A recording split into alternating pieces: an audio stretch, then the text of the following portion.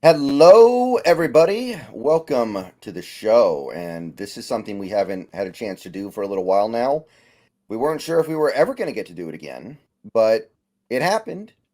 And we're all better off for it having happened. So we're going to be here to discuss a win. The Seattle Seahawks won a game for the first time in quite a while. And all that's left to do is dissect it with Brandon of the Hawks Nest. How you doing tonight, Brandon? I'm amazing.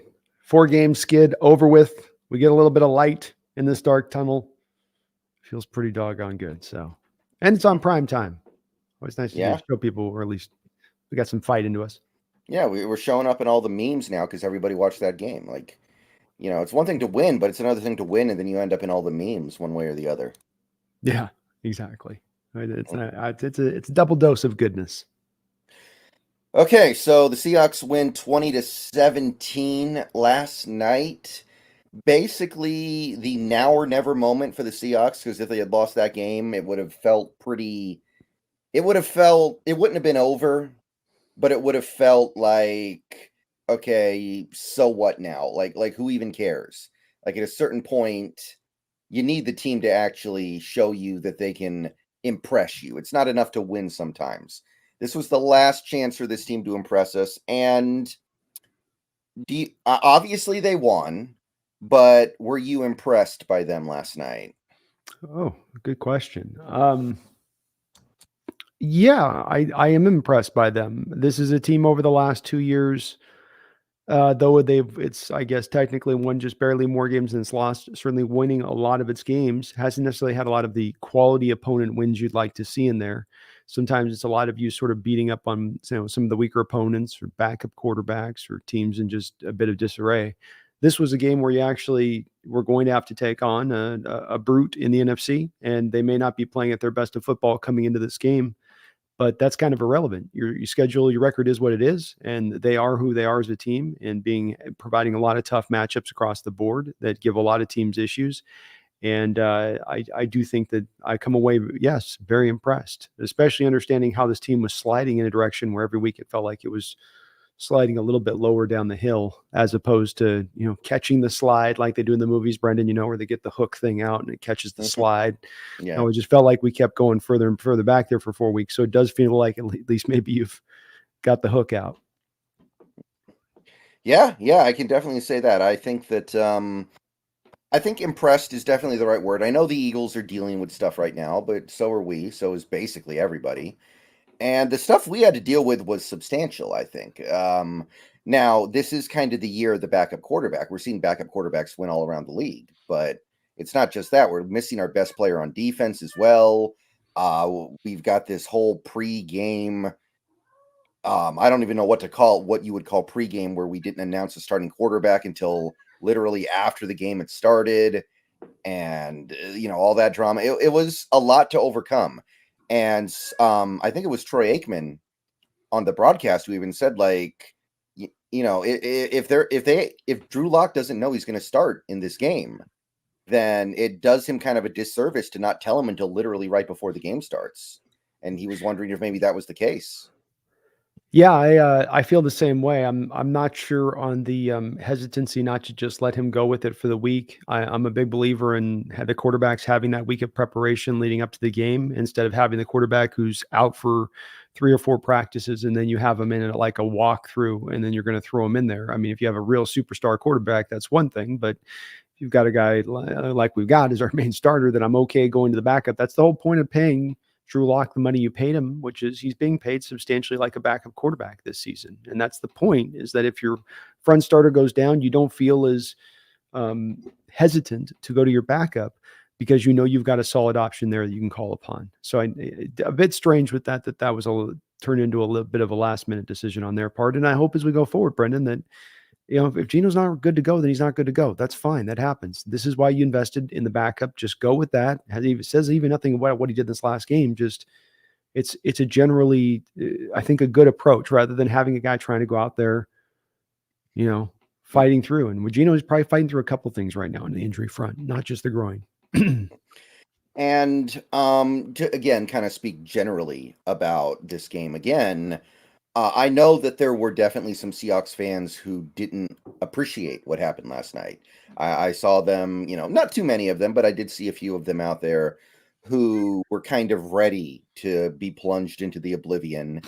And I even saw a couple of YouTubers say, like, I don't really know how to feel right now. I'm a little bit conflicted. For me, I was not conflicted in the slightest. I was very happy with last night. I don't know where you are on that, but for me, there was absolutely no conflict. Well, it's another very good point you're bringing up here that I'm glad you're covering on this, because certainly I can see it at times in my comments. You see it in yours on the other side of this. That's the other side of the coin, of course, and this has gotten to be a very divisive topic in the Hawk fan base, but aren't they all? And it's one where I think people don't quite understand where we stand and what we're trying to do and what we're looking to attempt to accomplish in analyzing this team and in rooting for the team. We're trying to wear two different hats.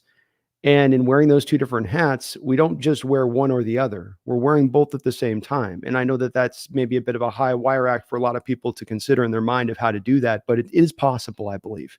And so when we put criticism out there for the team, or when we're low on the team, like we've talked about the last couple of weeks, we're not looking to tank, neither you nor I. We want to see a team go out there and compete. We want to see this turned around ultimately. Like, we're not rooting for this to go one way or the other, out absent it going to the way of us being a winner. That's what we root for. And that's why that combination sometimes gets hard. I hear it on the other side of it, Brendan, where it's like, oh, now you're gonna enjoy this win. Weren't you just down? How can you even enjoy this? You're not hearing what we're talking about or how we're saying it. You're not hearing the messages that's coming across. You're translating the way you want it. And I don't feel conflicted at this at all. It's a great win. I'd love to see them go on a run. I'd love to see Carroll get this figured out. I have said that probably 3 million times over the course of the season. Okay, so now that we're kind of on the same page in terms of general stuff with this team, let's start talking about the actual process, the actual specifics of this team. Let's start with this defense, because right away things are a little bit, Philadelphia's in a little bit of a weird spot where their quarterback is very sick, almost didn't play. He ends up playing. They don't have their starting right guard, who has a very positive effect on that running game, and not having him has a negative effect, rather. So I went to that game not really knowing what to expect, and I'm still a little bit confused how this went down the way that it did. We had zero QB pressure basically that whole game. We didn't stop the run at all. They ran the ball all over us. We didn't get turnovers until the 2 at the end of the fourth quarter.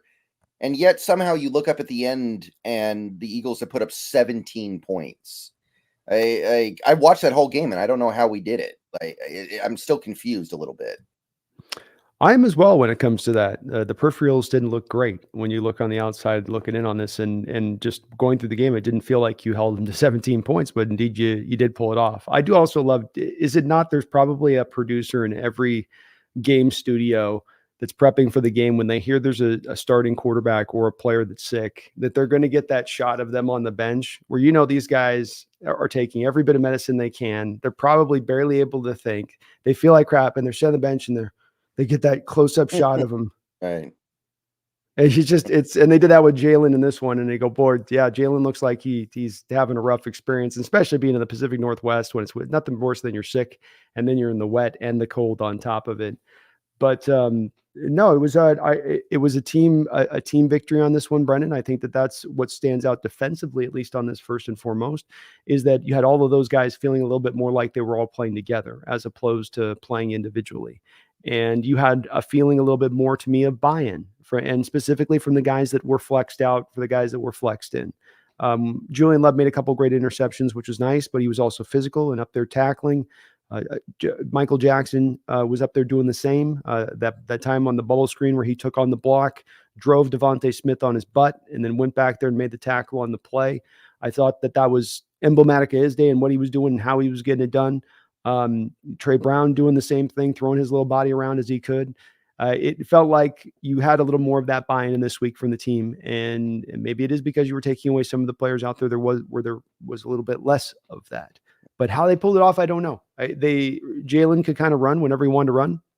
Yeah. Early on, they had the soft zone defense that they kept.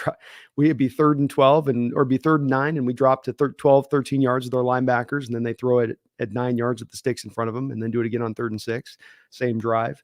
So you go, boy, we're kind of in for the same roller coaster ride we've been in for a lot of the season. But as the game wore on, as things tightened up, they found a way. I haven't had a chance because it's such a quick turnaround to get into the all 22 yet, Brendan, like I normally would by this point, and really be able to tell you, okay, we brought down our coverage into a tighter place and we squeezed everything down. And that's why in the second half things happened. I have an instinct that might be a little bit more of the case because of the fact that early on you noticed Jalen Hurts wasn't trying to push the ball up the field, as we've seen with a lot of quarterbacks.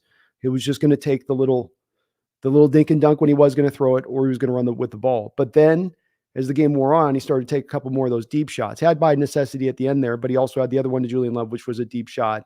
It seemed like maybe that was an outcropping of the fact that the Hawks were maybe squeezing down on the shorter stuff and taking that away. But this is just an instinct. I don't know for sure because I haven't had a chance to really tear through the 22 yet. Yeah, my understanding from what I've seen is that we ran a decent amount of man coverage, especially compared to the usual. So I think we ran a good amount of man deep coverage. It's very weird that we lose Witherspoon and Woolen, basically Woolen, for a game, and that's the game we decide we're running man coverage. I don't understand that. I mean, hell, you lost Jamal Adams too, another man cover guy, and you're like, okay, this is the moment where we whip out the man coverage. But you got to say it worked. Jalen Hurts threw the ball 31 times in this game, and he had 143 passing yards. That's winning football. When you hold a quarterback to 4.5 yards an attempt, you're going to win most of the time. Agreed. Yeah, agreed. And I think to your point on the man coverage, I think they also did a little bit more of different things with the safety position and less predictability. That's why you had Quandre Diggs at times, instead of running the alleyway to come down and make the tackle, already coming down to pursue into the play. Like he was not being set back there in a single high safety situation to kind of rally up and be the last safety valves, to keep the running back from breaking it. Instead, he's down there actually able to kind of try to make some plays in some of what he was doing, which then I think make him less predictable in what we were doing over the top. Because you notice on that Julian Love interception at the end, what's he playing? He's playing single high, but technically he's the strong safety in that moment. So he's playing the single high and playing it well. This is a bit of that benefit that you get in the purified form of the Fangio defense, and that it says both safeties can do both things. So now the unpredictability of it just goes through the roof because you can do anything, anywhere, however you want on the back end. Yeah, and I don't know if you saw Next Gen Stats, Amazon. They already did their look at that play, and we're talking about how much ground Julian Love covered in a very short period of time. It was Earl Thomas-like. So if that's something that he can do like that, you need to bring that out as much as possible. Yeah, I would agree as well. I think this, I'm sure this is part of a discussion we'll get into a variety of different times, not just today, but in future shows. But I don't see how you do not roll with Julian Love as your starter now going forward. Jamal Yes. may have, there may be a lot of things going on here with Jamal. In inability of use, he's still fighting through the injury, just not at 100%, but healthy, but not just not 100%. Or maybe he's not buying in, whatever the reasons could be. I think we got to get to the point of this is the guy that helps us best win right now. And Yeah. I don't have a problem like keeping Jamal in the back pocket this season. We have to like IR him, I don't think. What I think you do is just kind of keep him as deactivated, and if you got to pull him out, you pull him out later on. If somebody gets injured or something happens, it'll be a nice thing to have in reserve. But I don't know. Yeah. Pete said that Jamal should be ready to play next week, but this is going to be a pretty interesting. This is going to be a pretty interesting moment for this coaching staff. Are you just going to acknowledge the fact that the Jamal Adams thing is not going to work? Are you going to accept it? Like, I'm not a Jamal Adams hater. There are Seahawks fans out there who are Jamal Adams haters who have been since the moment he got here. I'm not one of them, but even from that perspective, this is clearly not working very well. And you found something that worked shockingly well on Monday night. So got to go with it. You do, and I think it does show a little bit, Brendan, and illustrates that you've got to understand the value in the NFL of positional value. You can't just think that you've got some weird thing outsmarted and that you understand something in the way that 31 other NFL teams don't understand it. I mean, there's being ahead of the curve, and then there's trying to just leap away from the curve into the darkness. And when you look at Julian Love on a 2-year, $11 million deal, and he's got more sacks this year than Jamal Adams, and he's got more interceptions this year than Quandre Diggs, while having to play a part-time role. that it shows you, for a guy you were able to go out there and get on for a very cheap cost on the open free agent market. It does show you that this is why you don't put top 5 and top 10 pay safety money into your safety position, because you don't have to. There's other more creative ways to get this done. And Julian Love's a really good player, and he was a great signing this offseason, and he should certainly be both, I think, looked at as right now the starter and also into next year at this point, in my opinion. So, Yeah. oh, Yeah, maybe this role is better for him than that role where he was kind of the third safety, and sometimes he came up and played cornerback, and he was getting destroyed in coverage going into this game. Like, there were a couple games this year where he gave up, I think, over 100 yards in coverage as a safety, which is really bad. So maybe this role where he just gets to be one of two safeties actually suits him. I'd like to spend these next 3 games finding out. yeah. And I think that when he's in those man situations, he's probably at his best. He can do zone, but I think that's where you would like to use him a little bit more. But I like what I've seen from the kid. He's been a good all around player. He's had those rough moments, like you say, but at the same point in time, he's had to change into a completely new scheme from where he was with Giants in that blitz heavy approach that they run over there. So it's also going to be a little bit of a transition period. But he took to it, last night, and it made a couple of real sensational plays. I mean, the first one was picture perfect. You put the guy on your back, Brendan, you feel him as a defender, right? So that you don't have to be looking this way, look this way. You kind of, you plant yourself into the guy and then just kind of flow with him a little bit. And you're not touching him, so it's not actually defensive holding or anything. Now, I know he got a little bit of a jersey grab before he turned, but it was quick and slight, and could have galled, could have not, who knows. But when he turns and does that and then get the head back around and then make the interception, which is great. You mentioned the speed on where he's single high too, covering that much ground, Earl like. Love what I see from him. And that's one of the reasons I loved this Fangio defense, is that it takes your safeties from a situation of this guy here down in the box, this guy here back there, or this guy here over here and this guy here over there. To these guys can be anywhere on any play. There's no predictability necessarily. And a lot of the times when they're running it pure, you got a 12-yard alignment where you actually have him, Brendan, paralleled up. There's not even the strong safety up like this and the free safety back. You just put them like this, 12 yards off. You have them split the difference, where like the safety be normally 15 yards, the strong's 9. You split them up on the 12, and it can be a fun deal. And there's a lot of talk right now about Fangio's defense being all dead, not good. I've always come back to it's not that it's not good. It just has to be run the right way. Like Waldron needs to run McVay's scheme the right way. You got to run the Fangio scheme the right way. You can't do we're going to kind of take some of it, but not all of it. Right. So it sounds like we both kind of agree on the Jamal Adams front. It's just, you got to shelf it for now. Like, I know Carroll had the vision in his head about how this defense was going to work with Jamal Adams, but it's time to acknowledge the team that you have, not the team that you wish you had. There's so many reasons to go into this, Brendan. To your point, it's not 1, 2, 3, 4. It's like 7 or 8 reasons that you can accumulate here as to why at this point Jamal running out there, and I say both now and the future, but just for now, let's say, where it just doesn't make any sense, and it just doesn't add up. And I understand that they want to try to salvage this, and that's all well and good, but every sign in the book is pointing you towards the fact that this is just not a fit at this point. 3 years into this.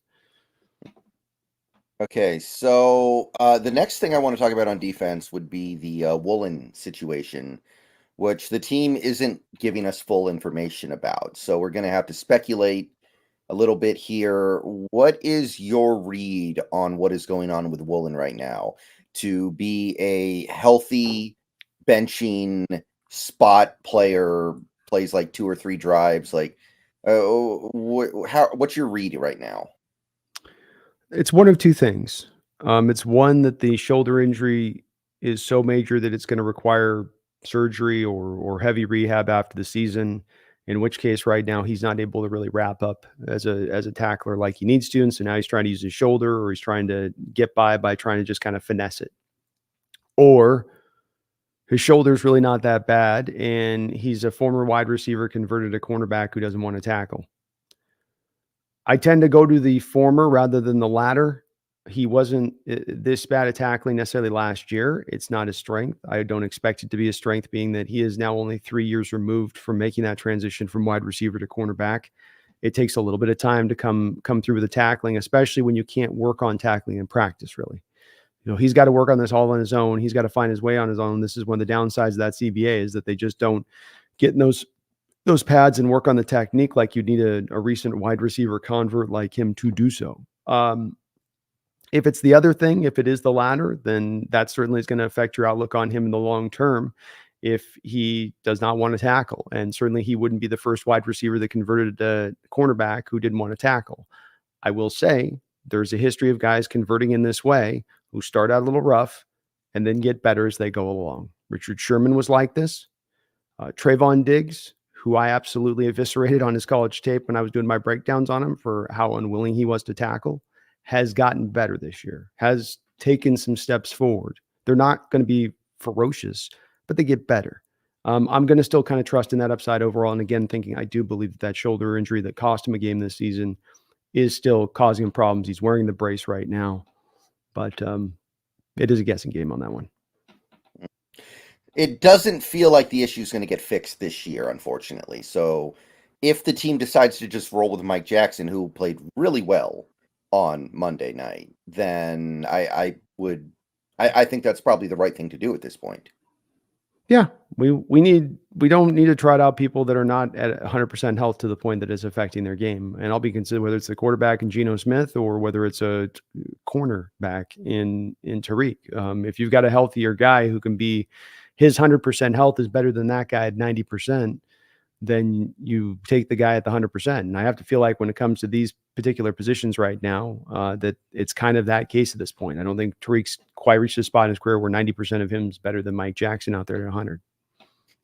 And hopefully, whatever it is, it gets right, because even this year, his coverage numbers have been outstanding. Like, Yeah. he's still covering extremely well. It would really be too bad if his career got derailed because of this, whatever it is. Yeah, and I think he's going to be fine the long-term future on this, Brendan. I do think, it takes some time on this type of stuff to develop a guy like this. He was a rough mold of clay, and he certainly lit up last year, which got us excited that, he's ready to realize this right now. But at the same point in time, you sometimes have to wait for this to fully round out, and it takes a little bit of time sometimes. So let's see, what else is there to say about this defense right now? It's tough because I don't feel like they played great, but they only allowed 17 points. It's one of those very weird games where the resume doesn't match up to the end result, you know? I'd agree with that. Yeah, I think that's where I come back to. It was a team-based performance more than an individual monster record one. I do think Leonard Williams had Mhm. one of his better games as a Oh yeah. Seahawk. And he was all over the place, I felt like, throughout this game. Penetration, run game, getting pressure on the passer.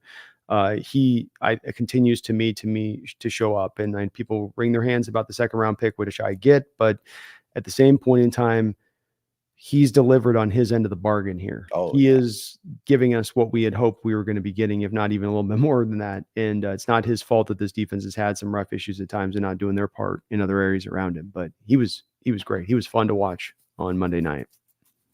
Yeah, very, very happy with the way Leonard Williams is playing. Let's see here. So what'd you think of Artie Burns? First time we saw extended action from Artie Burns in a while. Both Artie Burns and Mike Jackson bring a sort of that tenaciousness to them, a chip on their shoulder kind of attitude at times. And Artie that showed up that in the preseason, they gave him a lot of run in the preseason, and so we got a good look at him. And I really felt like I loved his dogged approach and the way he just gets in there and he'll get after it. And that's again just it goes so different to some of the guys you watch on tape here this year, where they're not getting after it. And it makes a difference when you got a guy that's being aggressive, who's trying to really take it to a guy. And I felt like Artie was doing that in this game.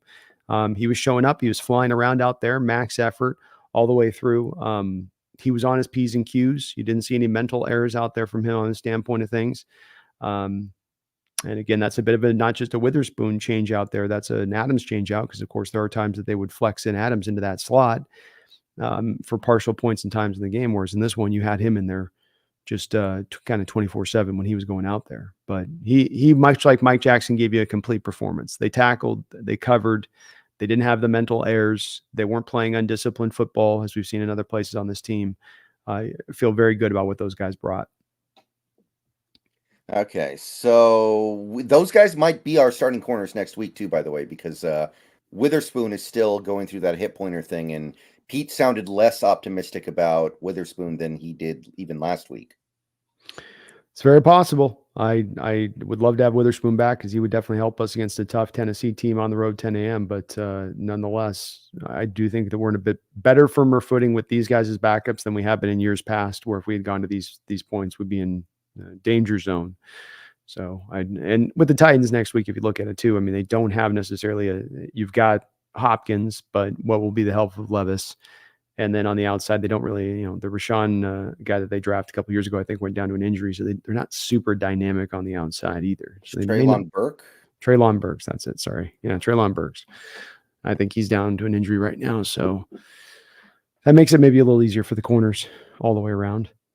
One trend that I noticed from this game, last thing I really want to say about the defense, kind of in terms of dissecting it, is it really seems like, at least for this season, we've really thrown in the towel on having any kind of a rotation at edge.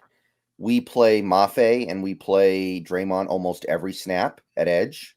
Mm-hmm. And then basically one of three other guys will come in when those guys are ready to just collapse. Like Daryl Taylor is basically an afterthought now. He doesn't play, like in this game, he played like less than 20 snaps. Mm-hmm. Derek Hall played 10. In fact, I think Daryl Taylor played 14 snaps, which is basically nothing in the grand scheme. That's 20% of the game. Hall played 10 and Clark played 7. I just don't feel like this is a sustainable model for a modern NFL defense to not have a rotation at edge at all, basically. This is not really a rotation. Well, you want to cut Frank Clark and go get Justin Houston? He just got cut so he can go to a winner.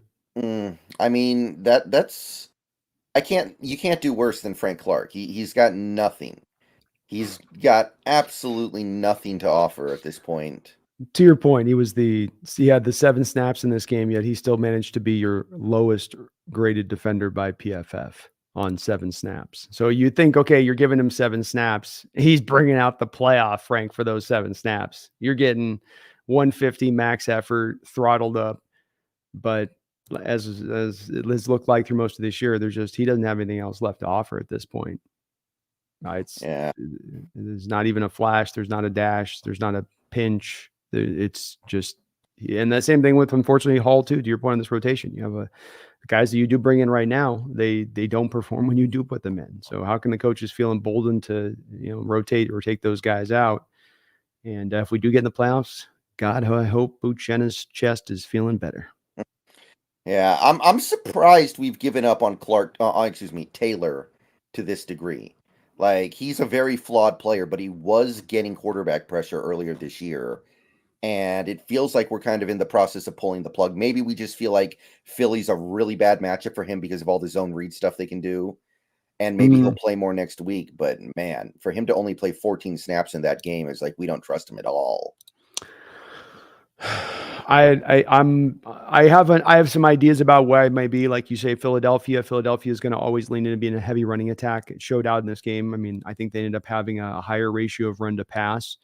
And it wasn't like they were dominating through this game. They were just leaning on that run. And what we have seen with opponents in Daryl Taylor, and this has especially been true the last 4 or 5 weeks, and especially with guys like Shanahan, is that if they see him out on the edge and there's any possibility you can run the football, it's free money to his side. It's free money. I'm not saying it's like, oh, it's like that's a deficiency over there. And it's like, you can maybe get something. I'm saying it's free money. I know that if I run an outside zone at Daryl Taylor, my right tackle is either going to walk him to the sideline or walk him 10 yards down the football field. And there's going to be a monstrous hole there for my back to bare minimum get 5 or 6 yards, even if the linebackers rally and regroup on the play.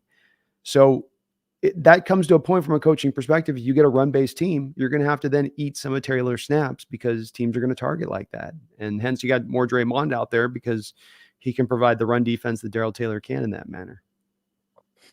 Yeah, it does make me wonder, like, and I can't believe I'm saying this. I guess it's too early to say that because we are going to get, it's second year Hall, but I would really hate to go into next year and then find out, oh, we need another edge. We needed to draft another edge.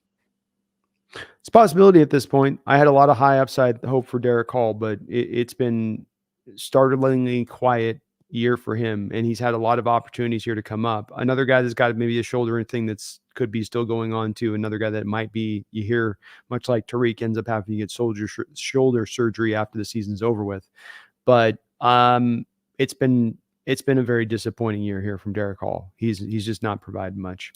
Yeah, his run defense grade is actually significantly worse than even Taylor's. It's they think he's completely inept in that area. But I think that's most of the stuff on defense. Draymond kept putting his hands in people's faces, which I think one of them was kind of not a great call. But our whole defense does that a lot this year. I feel like we keep doing the hands to the face. Yeah. Well, you got Draymond out playing a position. He's trying to stand up. He don't know what he's doing out there. He's he's used to being inside, hands low, and all that. It's probably a tougher little technique to try to just roll on the fly. And he's been a good soldier in doing it. But yeah, they at least kept the penalties down relatively well, though. They didn't go too overboard with like we've seen in some of these games, which was good to see. And they did. You take out Jalen Hurts' carries in this game, which is another weird thing I've been noticing, Brendan, which is that our edges are crashing on the read option. It's watch for the next game. It's really strange, but they don't just like take the bait like they're buying into the running back getting the ball. Like there's a couple of points in this game that I noticed that, like, they dead sprinted to the middle of the pile to go get to the inside run, and then the quarterback kept it in Hurts, and you didn't have even a guy out there challenging him to the edge then when he took it. It's a weird technique they're kind of teaching because I saw multiple guys doing it. But yeah. Were they just hoping that Hurts couldn't get to full speed because he's sick, maybe, or something?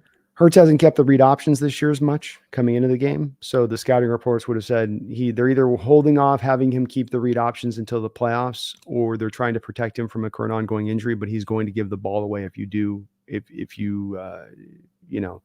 want to play it that way. I think that's why they did it, but it's not how it's normally. That's not normally the way the coaches teach that. The edge is supposed to read the QB right, and he's supposed to pick up that QB or be the guy there to eliminate the QB on that and trust the inside guys to be able to handle their business.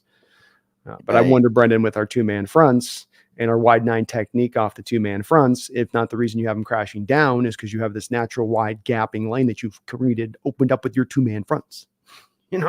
Is that why you're doing that? Is that why you have to have them come plug down the hole that you've naturally created with your alignments? Maybe. Yeah. And on a couple of those QB keeper plays, you can see how slow Wagner is now, and I don't know. He's out of gas. Like, I don't think he looked very good in this game. If there was anything else to say on this defense, like, I think Wagner's just run out of fuel, man. It's a good possibility of it. I mean, I certainly don't think these had like anything that I would say is close to any, bad games necessarily, where they have him at here in this game, but they do have him down at 53 in this game. He's having some of the scores go down, to your point, as the year's gone along from where they started. I think your ideal here was a little bit of being able to not have your defense out for this many snaps this year by this point in the season, that your offense would have and your defense would have both been in better shape to control the time of possession, to not create that thing again where your defense ends up playing how many snaps this year. I mean, they'll probably be in the top 5 for the most snaps in the NFL and then the amount they run when it's all said and done, unless they really turn around this last 3 games, of course. But that's definitely gonna, older guy like him taking on an extra 20-25% in a season in snaps for a team that's top 10 in that ratio. It's probably starting to tap the gas a bit. Yeah, so we got a couple donos to get through here. First, Coda Dad, thank you for the $10 Canadian, the super sticker. Appreciate you, Coda Dad. Thank you, Coda Dad. I don't know what a Coda Dad is, but I'm sure it's something really cool. Some like Kodachrome. Yeah. Thank you, Coda. The Snail, thank you for the $2. Was worried about Woolen when he changed his name. It's never good when they change their name, Brendan. It's a bad sign when the player changes his name. I've never seen it go well. It started with Mahmoud, Raheem. Remember the basketball guy changed his name, and then I've seen it all the way down the line. Anytime it happens, that it seems to always not work out for the guy. Yeah, didn't Darius Leonard go to Shaquille Leonard, and now he's cut? And he gets cut. There you go. I wasn't even thinking about that one, but there you go. There's something to it. I don't know what it is. There's something to it. If you mess with your name like that, He removed off letters, and now he himself is reduced. Coincidence? Yeah. I think not. Darius Leonard was way better than Shaq Leonard. I don't know what he was thinking. I know. Name was great. Mhm. Shaq Leonard is like, it doesn't flow. All right. And here's one that is going to lead us into discussing the offense now, because I think there's actually a little more to pull apart here Mm. with this offense than this defense, even. Feed me more. Thank you for the $2. Felt like Pete actually let Shane run his offense. So I was thinking about this last night and this morning, thinking about the offense in this game. And honestly, for about 58 minutes, I was really confused. Well, first of all, I thought our process on offense was bad. First play of the game, you get a false start penalty on Disley. You had another false start on a 3rd and 1. That one might have been a bad call. I don't know. That was a bad call. That was a bad call. We can't, that one you can't knock anybody for, Brennan. Okay. We see linemen all the time looking back and talking to each other. It's never called. That was just a freaky one. Yeah. The timeout thing on the 4th and 2 that let the Eagles challenge the previous play, wasting a timeout like 3 minutes before that timeout, so you only had one at the end of the game.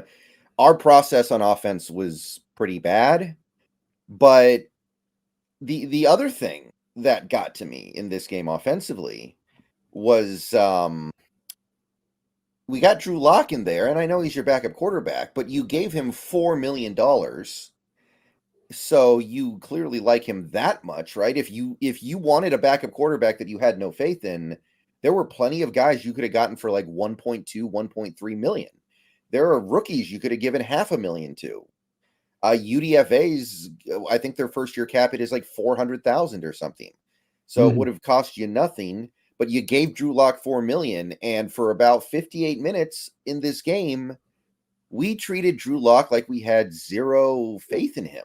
To me, like all he did was check it down, dump it off, throw screen passes, and I mean he did a good job getting the ball out quickly, but there were about 4 different 3rd downs where he threw it short of the sticks, I'd say. I think there was like maybe one play in the first 58 minutes where he really pushed the ball down the field, the Lockett overthrow. And I'm thinking to myself, Locke's best attribute is his arm. I sure would like to see it at some point tonight. So does this coaching staff have no faith in Locke to execute an NFL offense, or was Locke just plain scared for that first 58 minutes? This is always, of course, a guess on my part when I look at it. But I think that there is enough data with Locke, just merely even here in Seattle, in the time we've seen him go out on the football field, to ascertain the fact that there's a propensity to have turnovers. If you have him sort of playing like wild and free, he is maybe going to make some really remarkable throws that could take your breath away, and he can sling it as well as anyone, just about. But that you're going to get a couple of throws throughout the course of the game that just have you face palming, going, "What the hell happened?" The coaching staff's approach to this game appears to be, to me, that they felt like they were going to be able to trust their defense against the Eagles' offense. Whether we would have that confidence or not, they had that confidence, I think, coming into the game, that when they made the changes they did defensively, that they would be able to keep this Eagles offense under wraps. That's the only thing that explains to me, because I do agree with you, Brendan, that you kept this offense kind of in a box. To me, you tried to kind of make sure you kept it protected and that you weren't exposing Drew too much. And that speaks to me to you trusting the defense a little bit, because otherwise you would have said, okay, we're going to have to score 30 in this game to beat this Eagle team. If you thought that Eagle offense was going to fit to form and who they've been really for most of this year, but they seemed to feel like that was just not going to happen. And so that's what I think kind of pushed them to that on that. And is it that he can't execute the offense? No, I think he'd say he can execute the offense, but I think it's that some of these players are this way, Brendan, where they have that thing where you put me for a full game, I throw 40 times. There's going to be 2 throws that are going to be like right in a guy's hands. Even on that last drive, he had the one there to Lock that was almost picked that he threw into double coverage.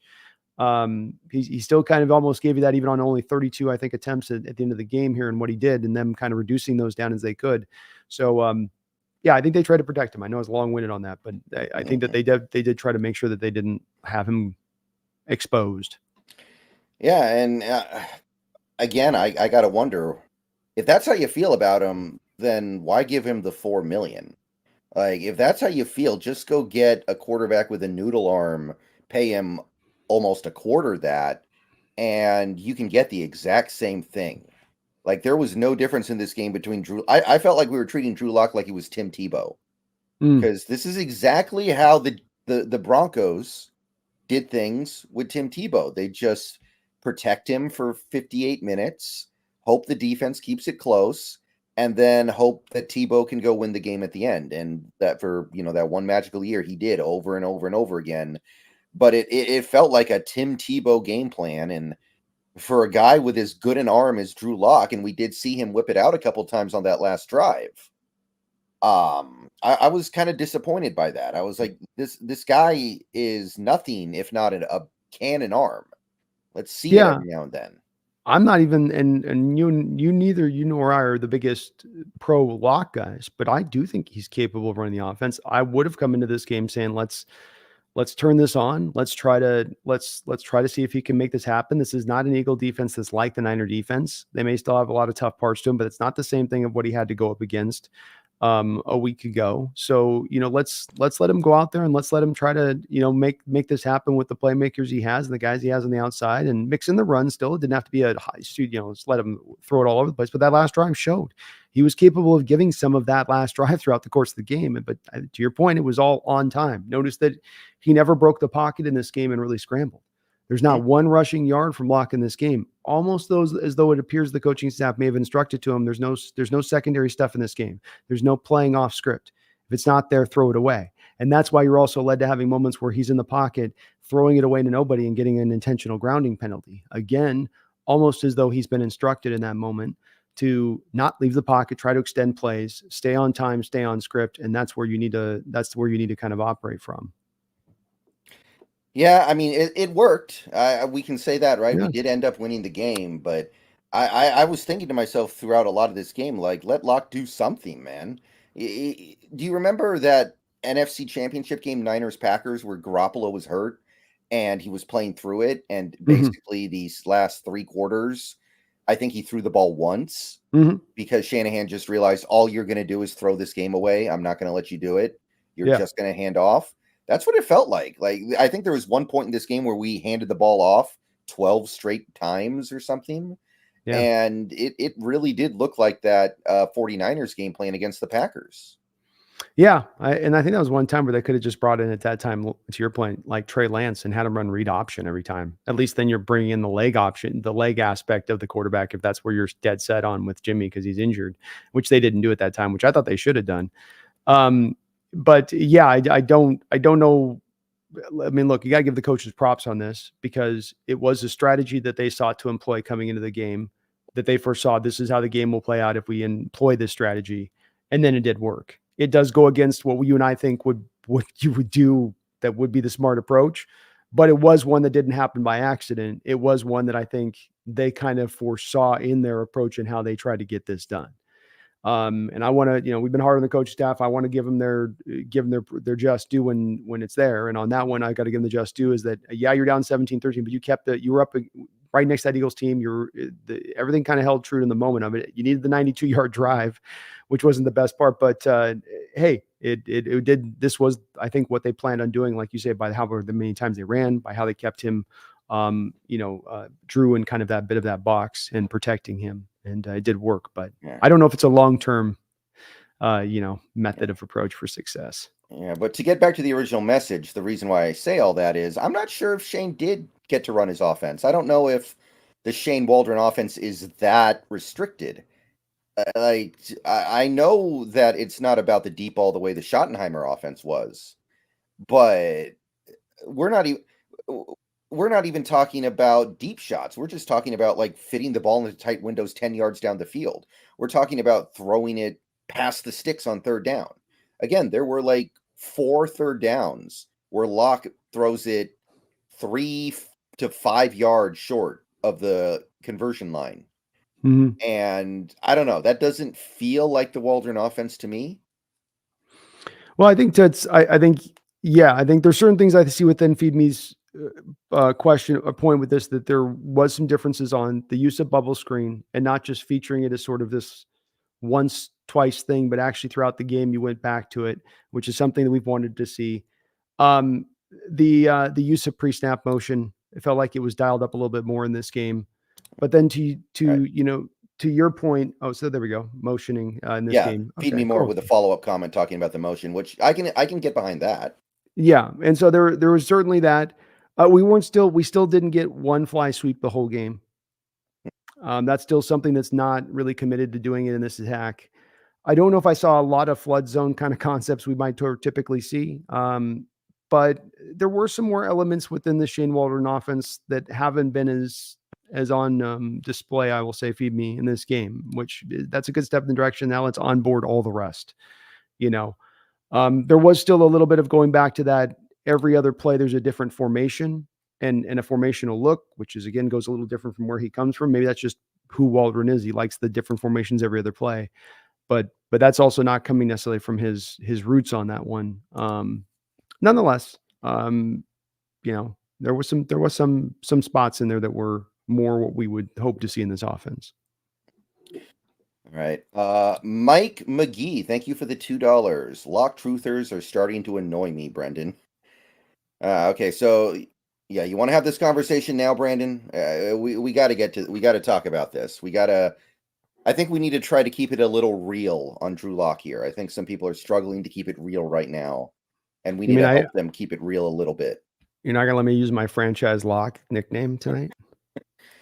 I mean, maybe if you're talking about like a Panera franchise, a Panera or a Domino's franchise. All right. I won't use it then. I had it He, ready. he I can had buy shaved one of it. those wing stops, that Sherman and Cam Chancellor have. That's Or no, right. it's Sidney Rice. I'm sorry, Sidney Rice. You can call it locks. Yeah, I'll eat at Locks. I'll eat at Locks all day. Well, yeah, locks all day too. Got to support the former players, man. Yeah. Yeah. Ugh. You go first on So this I one. was really annoyed that Drew Lock did that, and then I had to get on here after that game and kind of shade him a little bit because it was such an amazing out of nowhere thing that happened. It was akin to, remember when Wilson got hurt 2 years ago and Geno came in the game and immediately led the team 99 yards down the field for a touchdown in a Yeah. game where Wilson was not playing very well. You would have thought that this is the moment when this game is over and Geno just pulls out the best Seahawks offense drive in a decade out of the ether. Mhm. Like this was like that. This when we got the ball back with less than 2 minutes left, I was watching because I was obligated to watch, not because I thought there was any way this was going to work. Drew Lock can't push the ball down the field all game. We have one timeout. We don't even have the 2-minute warning. And that was beautiful. It was amazing. And he did make a couple of really nice throws, but I then had to get on my stream after that game was over and tell people to calm down because that drive was basically all Drew Lock did in that game.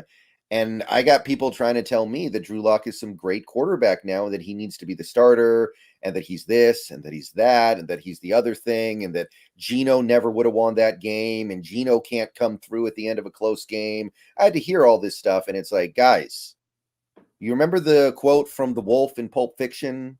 Let's not start each other's, Yeah. like, can we not? Okay, put the popsicles away. I agree with it.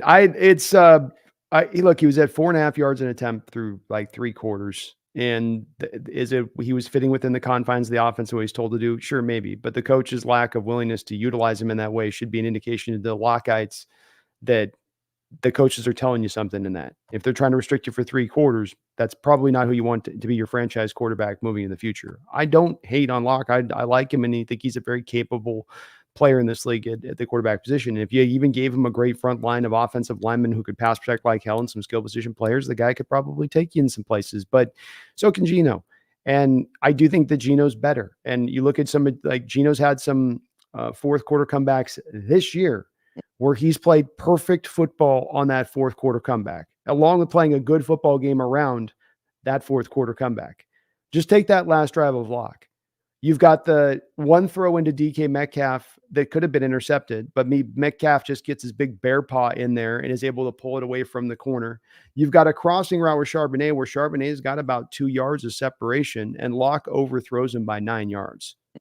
You've got the Tyler Lockett play later on the drive where he's coming back on a stop route, and you've got 2 defenders who end up right there. The ball's almost intercepted in that moment. Now, did he make a couple of other really nice throws there to DK and to JSN? Sure. But even the post route to DK Metcalf at the start of the drive wasn't really accurate. DK had to get down to the ground to go pick that ball up off the turf. And there were some throws in this game that were like that from him where the ball didn't always come out of his hand great.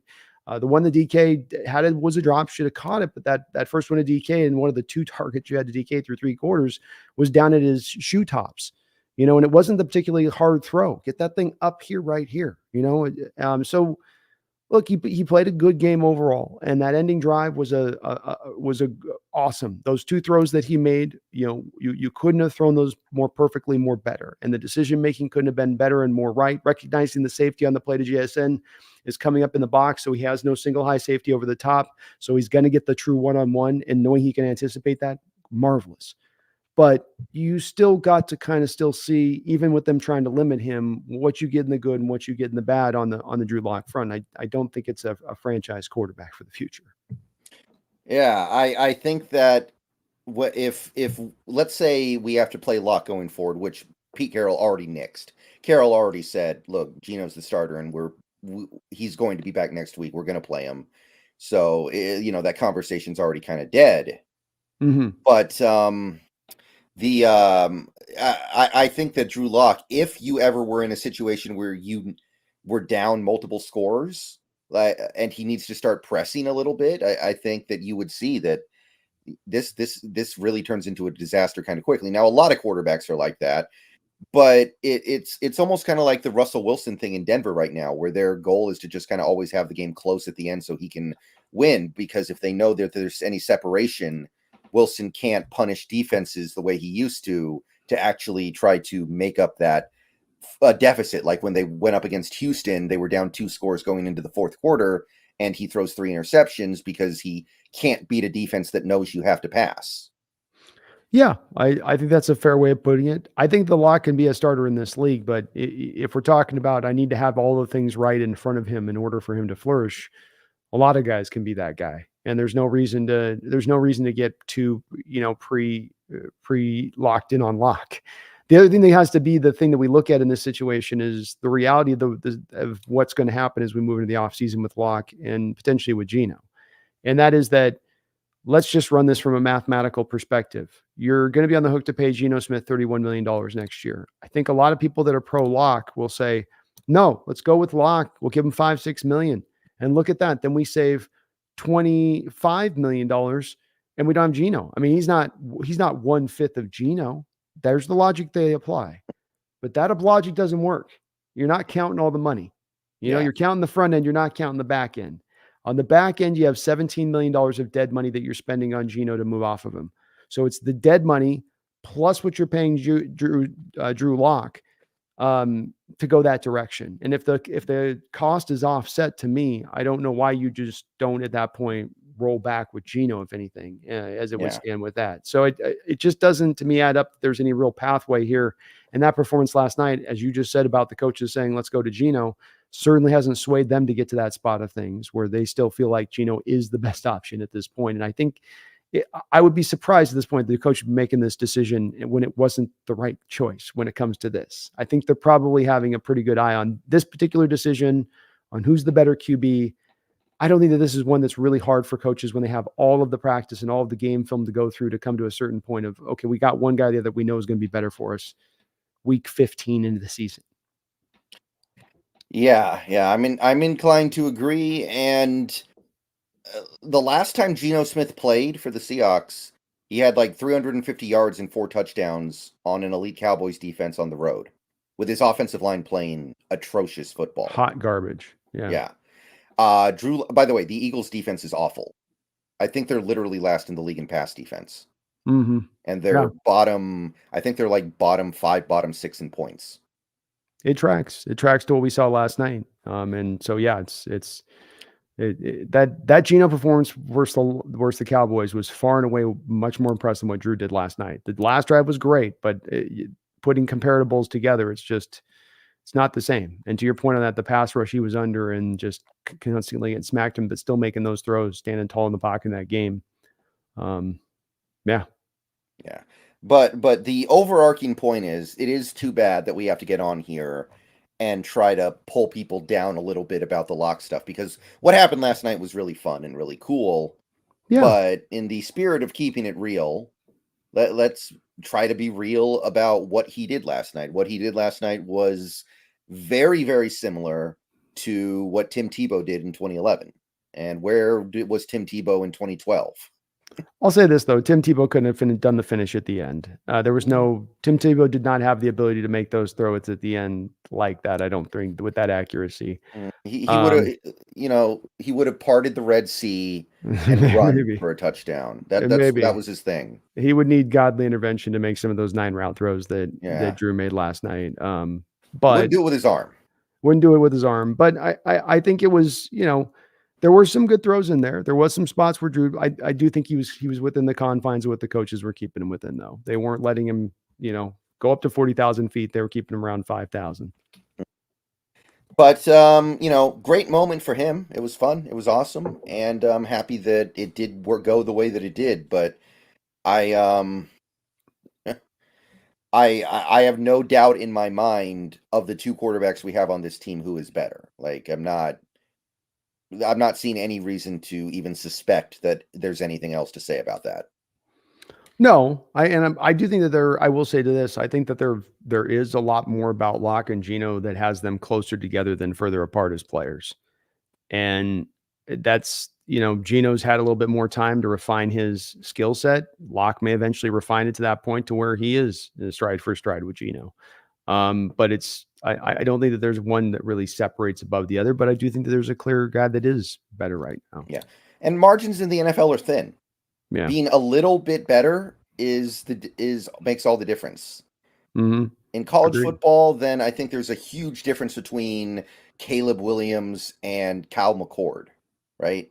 There's a huge difference between Jaden Daniels and what's his face on the California Bears. But in the pros, yeah, there probably isn't a huge difference between Geno and Locke, but it's a big difference on the scale of NFL quarterbacks. Well, I mean, I guess I think that they're both selected in the second round. They both have, I think, a similar all around skill set. I think that they both have similar pluses and negatives. I think that I just think that if you're putting together a list of quarterbacks in this league and you're trying to stack 1 through whatever there is in here, 65 or whatever, these guys would be really close to each other probably on the list. I can go to some specific things that I see in Geno that Drew's just doesn't quite have. I think the turnover aspect and playing clean ball is one of the things. That's one of those refined points that Drew can get to. But arm strength and mobility and overall it's all pretty close down the line to me. It really is. It's the turnover thing is a big one. The lack of willingness by Drew, who might be just as mobile as Geno to even use his legs, is another one where I haven't seen him yet this year really lean into that part that I've been told by some fans he really has, where Geno will at times lean into those legs. I'd love to see him do it more, but he will at least at times do that. So those would be it's the small things for me between the two of them. I think their skill sets, a quick, easy release plus strong arms, overall good mobility. Can make every NFL throw, but there's just that little separation in the other spot for me. All right. So let's see here. Mike McGee, thank you for the $2. Pete's mistakes during the game should not be ignored. Yeah, he did have some of those. He definitely had some of those. Yeah, you mentioned the drive that drove me crazy on the 2 timeouts, and the timeout usage thing is something that just is, I think, a bit of what we get with Carroll. I think that there's some pluses. Let's just take the scheme problems away. When it comes to Carroll, there's the pluses he brings as a coach to the locker room environment and maybe fostering a overall good environment. There's other things we can look at their pluses. I think there were also kind of eternal negatives, if that makes sense, Brendan. Eternal negatives, where for 10 years, we're going to probably round out to being the most penalized team for the 4th time in 10 years under Coach Carroll here. And even the 2 years prior to the 2000, he was even 2010 we were still highly penalized at that time. You're not going to ever get a Coach Carroll team that's not going to be highly penalized. It's my point. When it Mhm. comes to timeout usage, I might make an argument that this is also something that's gone on for years that's probably not ever really going to be corrected. And I will say this, it's not that these two things drive me absolutely up a wall. We won a Super Bowl being the most penalized team in the NFL. So it's not a death knell to be that. It's when you have these other things that are bad, and then there's this, and then there's that, where it puts it on, I think, a bit more brighter display because it starts to feel like everything's going wrong. The decision making is wrong. The schematics are wrong. The X's and O's are wrong. Your decisions are wrong. But I don't understand. These are unforced coaching errors in those moments, Brendan. You mentioned the first time out where you're supposed to know going into third down like that if you're going to give your offensive coordinator 2 downs to get the first. And you do that by telling the coordinator, okay, you're going to have 2 downs here, so let that inform you on what call you want to make. You don't wait to make the call on fourth down after you see what happens on third down and then spend the first 10 seconds of the play clock, I guess, having some convening session with the coordinator about the call or if you should go for it. That's what leads to that becoming a timeout. Is there's discussion goes on the sideline where they can't come to determine what they want to do. Bank, you get a timeout. Okay, happens once on the drive, Brennan. Now you go down later on the drive. Again, third down comes up just short. Now we got 4th and 2. You have to have known on third down. You should have told your offensive coordinator on third down what was going to go on with that. Instead, we get confusion. Instead, I'm sure there's another session with them trying to figure out what they want to do. And he calls the timeout. And even worse, in calling that timeout, then provides the opposing coach an opportunity to look a little bit closer at the prior play, throw a challenge flag, and get the play actually overturned to where now you're in a 4th down spot. Now you're in 4th and 6, and now you have to just go for the kicking field goal. Now you can't even go for the 4th down here. Yeah, that's a horrible look in that moment on Carroll. And it's happened a lot before with this, where they don't seem to have a little bit of the foresight here. Everything's sort of just happening in the moment. Whereas a coach there is Carroll, you're not calling the plays here. Your job's there to be the coach and to be thinking about these very things in that moment. So you have a plan. Not that you're reacting suddenly, but you have a plan as to what you're going to do one step ahead of the next. It's unfortunate to me at times we see proof of it, there not being that plan there. But as I said at the top, this Brendan, I've watched timeout things be a problem for years where this leads on this kind of stuff. And I don't think that we may update the scheme. We may get better at X's and O's. We can flop out other personnel. There's a lot of things we're going to be able to do to correct this team as we go into the future. I don't know if disciplined football under Carroll or timeouts under Carroll are the two things that are going to be correctable. I could be just the ultimate pessimist on this. Tell me, what do you think? Yeah, I don't think there's anything wrong with thinking that. It's been the case for a while, and it's okay when your team is really, really good, but it's not so okay when your team is just okay, and they need to press every little edge to actually win games. Another example from this game is John Radigan, the punt, when he's downing it, instead he punches it, and you can't do that. That's illegal, and looked like he was just doing it to be goofy, like he was just Yeah. goofing around. Yeah. And it cost us like 20 yards of field position, I think, because we had to re-kick it. It was some degree of field position. And it's like our players aren't told that they can't do that. I don't think a Bill Belichick team would have that happen. I don't think a John Harbaugh team would have that happen because those guys stress details. Mm-hmm.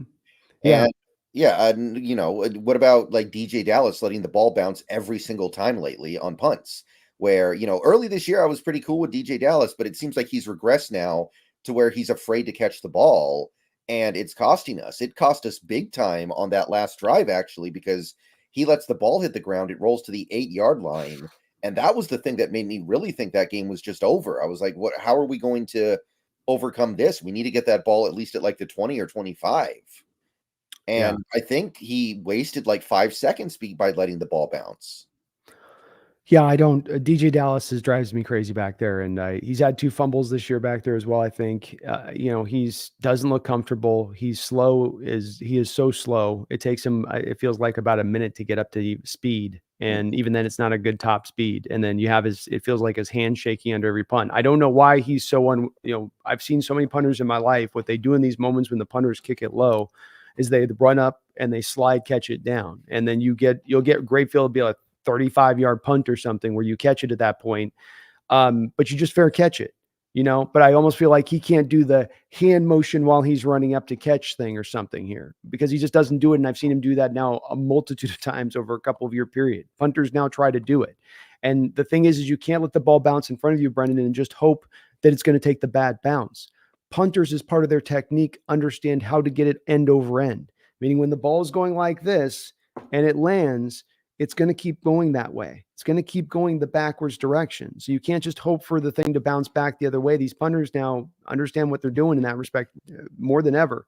And I don't. Their faith in DJ Dallas has been one of the odder decisions out there. And maybe there just isn't another option. But again, that's one that drives me nuts because finding a good punt returner has been a problem for a multitude of years now. Since Lockett could stop doing it because he got injured and it wasn't his bag anymore. They've never really gone out and sought to find a guy who can now go out and really do it, which is odd because they seem to care so very much about every other place on the special teams as far as putting value on the board there. Yeah, and I'm just bringing that up as something of like, this team doesn't seem prepared sometimes. This team doesn't seem it's attention to detail stuff. Like Bill Parcells, he would not deal with people who let punts touch the ground. He wouldn't have it. Like if you let a punt touch the ground, he was going to cut you. Yeah. That was his like pet peeve, I think. Yeah, come up and catch the ball. It's not that hard a technique. Punt returners do it all the time, but the punters know he's freaked out of it. He wants to be going backwards and catch it. He doesn't want to be coming up and catching it. And that just doesn't always work as a punt returner. You got to come up sometimes. And it, like you said, it did hurt us last night, and I've seen him do it before. Mm-hmm. But I to kind of circle back to this super chat. I agree. Pete still is doing something suboptimally, and that's you see it even in a game like this. Mm-hmm. Yeah, it's one game doesn't clear everything up, but it was a win. We got the W. So, who died? Thank you for the $1.99. Tell me about Kenny Mack. Well, I'd love to, but there's unfortunately nothing to say about him yet because he still has not played a single NFL snap. I don't have any idea who died, what's going on with him either. As we're talking about DJ Dallas, they seem to really like what he brings. I don't know if they don't like as much what Kenny brings or he's unable to do the things that DJ Dallas does, but they don't seem to be interested in doing anything with him at this point. Maybe I don't know. We have no idea on this. They haven't given us any information. Sorry. Yeah, I mean, maybe he's just like, they're just going to say, you know what, his rookie year's a scratch. We're just going to forget about it because he was injured so much. And maybe he doesn't look good in practice, right? Like that's possible. That's something that we don't really get to know about because we don't get to see every minute of every practice. Yep. Be great. Maybe a reporter asked, then we'd have a little bit of knowledge on this one, but it's hardly the biggest problem with this team anyway, or even really on the first page. Yeah. I'd love to see him though, who died. I would. I certainly would love to see what he could do versus what DJ's done back there in these return duties, but it doesn't look like it's likely. All right. John M429, thank you for the $4.99. How about K9? I actually love the heavy rushing drive. Run it till they stop it. Yeah, that's when the game really turned. That was I think it was early third quarter. That's when I actually thought we might win this game. We actually had a chance when we decided, you know what, instead of asking Drew Lock to check it down and dump it off and, basically run the Tim Tebow offense, let's just run the ball over and over again. And it worked for about a drive and a half. And it was pretty glorious to see because I don't think our interior offensive line was playing well or anything. K9 just put the team on his back and showed you why we spent such a high pick on him. Yeah, we can only wonder what's going to happen if we get both Charbonnet and K9 an actual good run blocking offensive line in the future, because I think that they've shown you what they can do. I was saying in my stream on this, Brendan, that somebody comes out of these games sometimes with the way their production is going to be this year with K9 and Charbonnet and say, see, this is why you don't get a second round running back, is it actually doesn't make a difference. And my thing on that's been to say, look, instead of these guys averaging 4.5 yards a carry or whatever they're at, or just under that, your running backs would have been averaging 3.53 yards a carry. They have made miracles happen at times when there's not a lot to be had there. And you're indeed, I think K9, like you said, did a lot of big boy running out there, cutting back across the field, swinging out of tackles backwards, and then getting lateral, and then opening up the full throttle to get just even a 7 or 8 yard gain. It's only that in the box sheet. But if you watch what they do on the play, It's so much more than that. And he really got hot, Brendan. You could feel him starting to really, like, not only was the running game going, but you could feel his decision making was on, and he was feeling good about what he was choosing and where the holes were going to be. And he was hitting it, and it was great to see as well. Because sometimes with him, of course, there's the dance issue that some people have an issue with. But it was when he started rolling in that period. And I agree with you. That was the turning point for us in the game because we found some offensive footing there. Man, it was wonderful to watch him get up and field and get cut and get running. And I didn't mind the heavy rushing style as well. Sometimes we often leave things that are working, and I didn't want to see that. Make him stop it. Show me that you can get to a point of stopping it at that point, And so, yeah, K9 was awesome out there in this game, and we get this guy some run blocking. I think he can be a 1,500 kind of back. Yeah, he did a lot of work out there, and it was good to see. Because I don't. I have some optimism about the future of this interior offensive line because of Oluwatimi, and I still think Bradford's going to develop. I don't think he should be out there right now. He was awful last night. Like, Bradford looked like he doesn't belong in the NFL, but I have some optimism that you give him a little bit of time, he'll figure it out. But I think we're at least trending in the right direction with some of the young guys we have up there. I like Bradford's upside. The 0 grade by PFF in his pass blocking was hilarious. I'm not sure we have an Oluwatimi. I think the team's got to look to address that interior of the offensive line. And I don't know if they can just count on Oluwatimi being the answer there, as much as I like his upside. I think that they've got to now try to reinforce a bit of a view, I feel like, and we've short sold the offensive line for years. We've, much like with our pass rush, tried to do just enough on a yearly basis, and we keep getting bit in the behind on that on a yearly basis of that decision.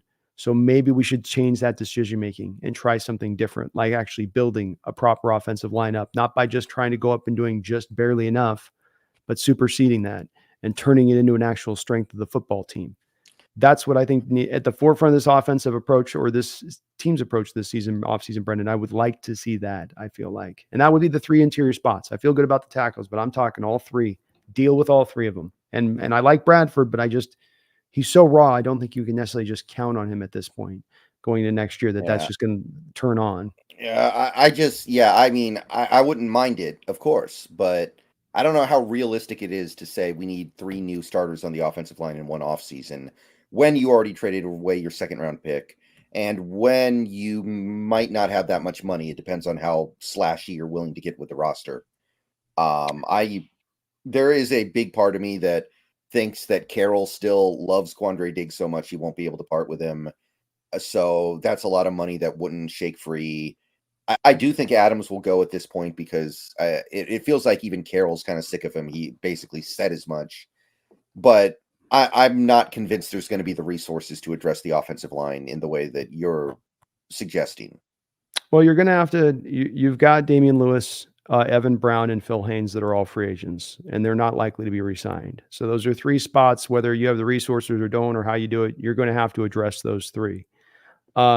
When it comes to do they have the money or not have the money, maybe not. It's really, for me, not about whether or not you have the money. It's whether or not you're willing to devote the resources to that side of the ball to get the job done in a way that you haven't in recent history. Now going on, I would say, just about 10 years. And part of the reason you didn't prior was because you paid the quarterback the amount of money that you paid him. You're no longer necessarily paying the quarterback that amount of money. You've put those resources in other places, like the stupid safety position, putting $50 million into it this year.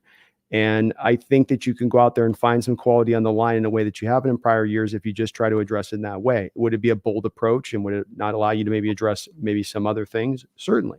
But I would argue that you can find more of a value-based approach in some other areas that you've overspent on, and that you can still find ways to get this done. I don't think it's incredibly hard, especially understanding that those 3 positions have not set a high bar of performance in recent years that's going to be so hard to overcome from what you've been given from the position. It's going to be pretty easy to supersede that. Yeah, I mean, again, I would not argue against it if it happened. I just wonder, if it were up to me, I would just slash up the defense. I'd cut a bunch of players on defense. Adams, Diggs. I don't know about Draymond Jones. There's not huge savings there necessarily, so take it or leave it. But I would do those things, and then I'd just say, look, Carroll, whatever we get on defense is going to be like rookie contracts, UDFAs, and vet min guys. Like, we tried to give you a ton of resources to build this defense and you failed. So now we've got all this dead money because you failed. So therefore, you don't get any money to build your defense this year. And then whatever we have just goes into the offense. I would love to do that, because I think that could, I think this offense is the side of the ball that could actually be elite going forward if things get fixed a little bit. I don't think this defense will ever be elite, no matter how many great players you add to it anymore. I just don't think it's conceivable. Yeah, I think that if there's going to be some places, I agree with your approach. Number one, I don't know. I think you're right about Quandre. Who knows if they'll be willing to do that or not? I think the decision becomes easier with Jamal. The decision becomes easier with Boye Mafe, with Dwayne Eskridge. There's a couple of guys that we can go to on this that are going to be, I think, pretty straightforward cuts that are going to clear. You said Mafe. I hope you Monet, didn't. Brian Monet, not Mafe, Okay. but Brian Monet. Sorry, I Okay, misspoke. that's better. So you put the combination of those two, you'll clear a pretty good amount of space. And if, like, what I think the team could, there's a lot of ways to get this done. Trade back in the draft, pick up the extra second round pick, have a couple of those early picks devoted to the interior of the line, and then make another signing in addition. You know, you rebuilt your tackle position in one offseason with the first and third round pick. I don't think that it's some absolutely impossible spectacle to necessarily go at that and still be able to address even things on the defense at that point. Because while there are some things to address on this team going into this offseason, if you were to cut a Jamal and the middle linebacker position, it's not like it's all over the place. Your two tackle positions are still set. Your running back room is still set. You still feel relatively good if you're keeping Geno and not cutting him. If you cut him, you have extra money to spend, but you still got that. Your wide receiver room is stacked like hell. You've got good corners still on the board. You got some safeties you can work with on the back end. You've got a defensive line that's got some parts to work with on it. So you'll have holes to fill, Brendan, but it won't be like some of the holes we've had in recent seasons where it's here and here and here and here and here, which will mean that you can, in my opinion, more maximize that dollar if they're willing to kind of beef those positions up. I like the thought of Olatimi and Bradford competing with the guys. We don't have to go hog wild in those positions, but you bring in somebody legitimately to compete with them. Let competition be king rather than we just allotted this guy to be the starter. And then let's see if we get a better line then from it. Yeah. And by the way, since you mentioned the tackles, I thought both played pretty well last night. Pretty impressed with both of them. Yeah, both of them had a pretty tall order too. They can throw guys at you in rotations, and it's not easy. So I agree. Both of them held up well. Okay. Feed me more. Thank you for the $5. I got a question. If Pete comes back next season and you see change in the preseason from previous mistakes, would that buy you into the regular season? No. I mean, there's only so much they can do in the preseason that would be meaningful, right? Like in the preseason, I don't think the preseason would be able to like sway me. I need to see it in actual games. Yeah, and remembering to feed me that the preseason tends to be so vanilla in the concepts. I as well at this point, kind of in the same place of Brendan, maybe a little bit slightly different, just in that they've told me now for 2 years about this change that was coming, and I thought it was coming, and until I see it actually on game day occurring, on games that actually count, I'm going to sort of take for granted that if Carroll's here, he's going to run his system at this point. That's 10 years of football watching him that's told me that, and I can't pivot off of that until I actually see some physical, tangible proof on the football field in games that matter. Because you can do it in preseason, but then once we got live ammunition out there being fired, it's very easy to drift back into old habits. So I need to kind of see it there from the field. Even, that's why I would even hope in these last couple of games that they would do some of that change to start to maybe institute that a little bit, which is why I've said to me, I'm going to give them the full couple of years here to make my assessment on where I feel we're at with this team and the coaching staff and everything. Yeah, and honestly, I kind of feel like if anything this offseason, he's just going to regress further into his philosophies, because in his mind, he's probably going to go, well, I tried a McVay hire. That didn't work. Let's get Waldron out of here and hire some boring 1850s offense coordinator who will just do exactly what I want him to do. Like, I don't think he's going to look at the Waldron thing. If Waldron is moved off of this offseason, which I don't know if that's going to happen or not, but if he does, I don't think he's going to go, okay, let's go get somebody from the Shanahan tree. No, I think he's going to go, let me go get somebody who will do things exactly the way I want them done. I agree. That's where his hires have been up until this point for the most part. And even Waldron, he got him to toe the line on that. So why wouldn't the next guy be the same way?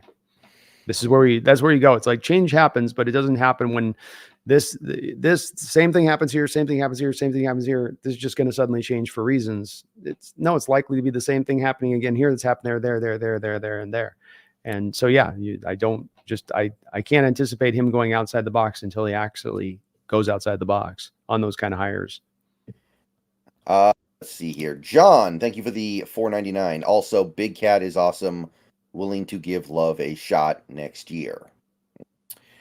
Yeah, I maintain confidence that Leonard Williams will be back next year. I don't think we're gonna let him go after trading for him like that.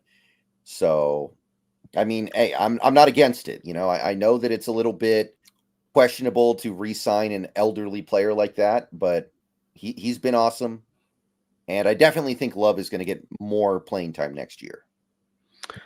Yeah, as we've seen with these defensive tackles, they can sometimes play into their mid-30s and still play very good football. There's a variety of guys you can look at through recent years that have been able to do that. And so I don't have any issue paying Big Cat. It's also about the scarcity of the position, both in understanding how the safety position and the valuation of that works. You've got to do the same when it comes to the defensive tackle position. This is why I've been a proponent and understood why they made the trade, and why I've also said that I'm okay with them making the trade, because I'm anticipating that there is going to be a re-signing of Leonard Williams, because they made the trade understanding we're giving the second round pick because we're not likely to find this guy in the second round with this kind of impact, and we're going to have a really hard time finding this guy out there on the open market. You know, somebody else is, if he gets to free agent, somebody else is likely to probably outpay us at that point if it gets all the way to that line. So let's try to get him in the house. Let's sell him on a program. Let's try to offer him a contract up ahead of time and make it go that way. And he's got to be, to me, the priority free agent number one above anybody else on this team, and by far.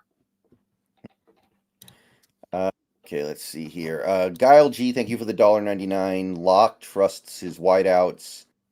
Gino hesitates too much. I have no idea where this perception comes from, but I think it's also, Guile G, the coaching staff has more trust on Geno Smith in the long developing routes and the 7-step drops, and being able to have time that are long developing plays that are having him at times hold the ball, where, you know, he's hold the ball because the play's got to develop and show up.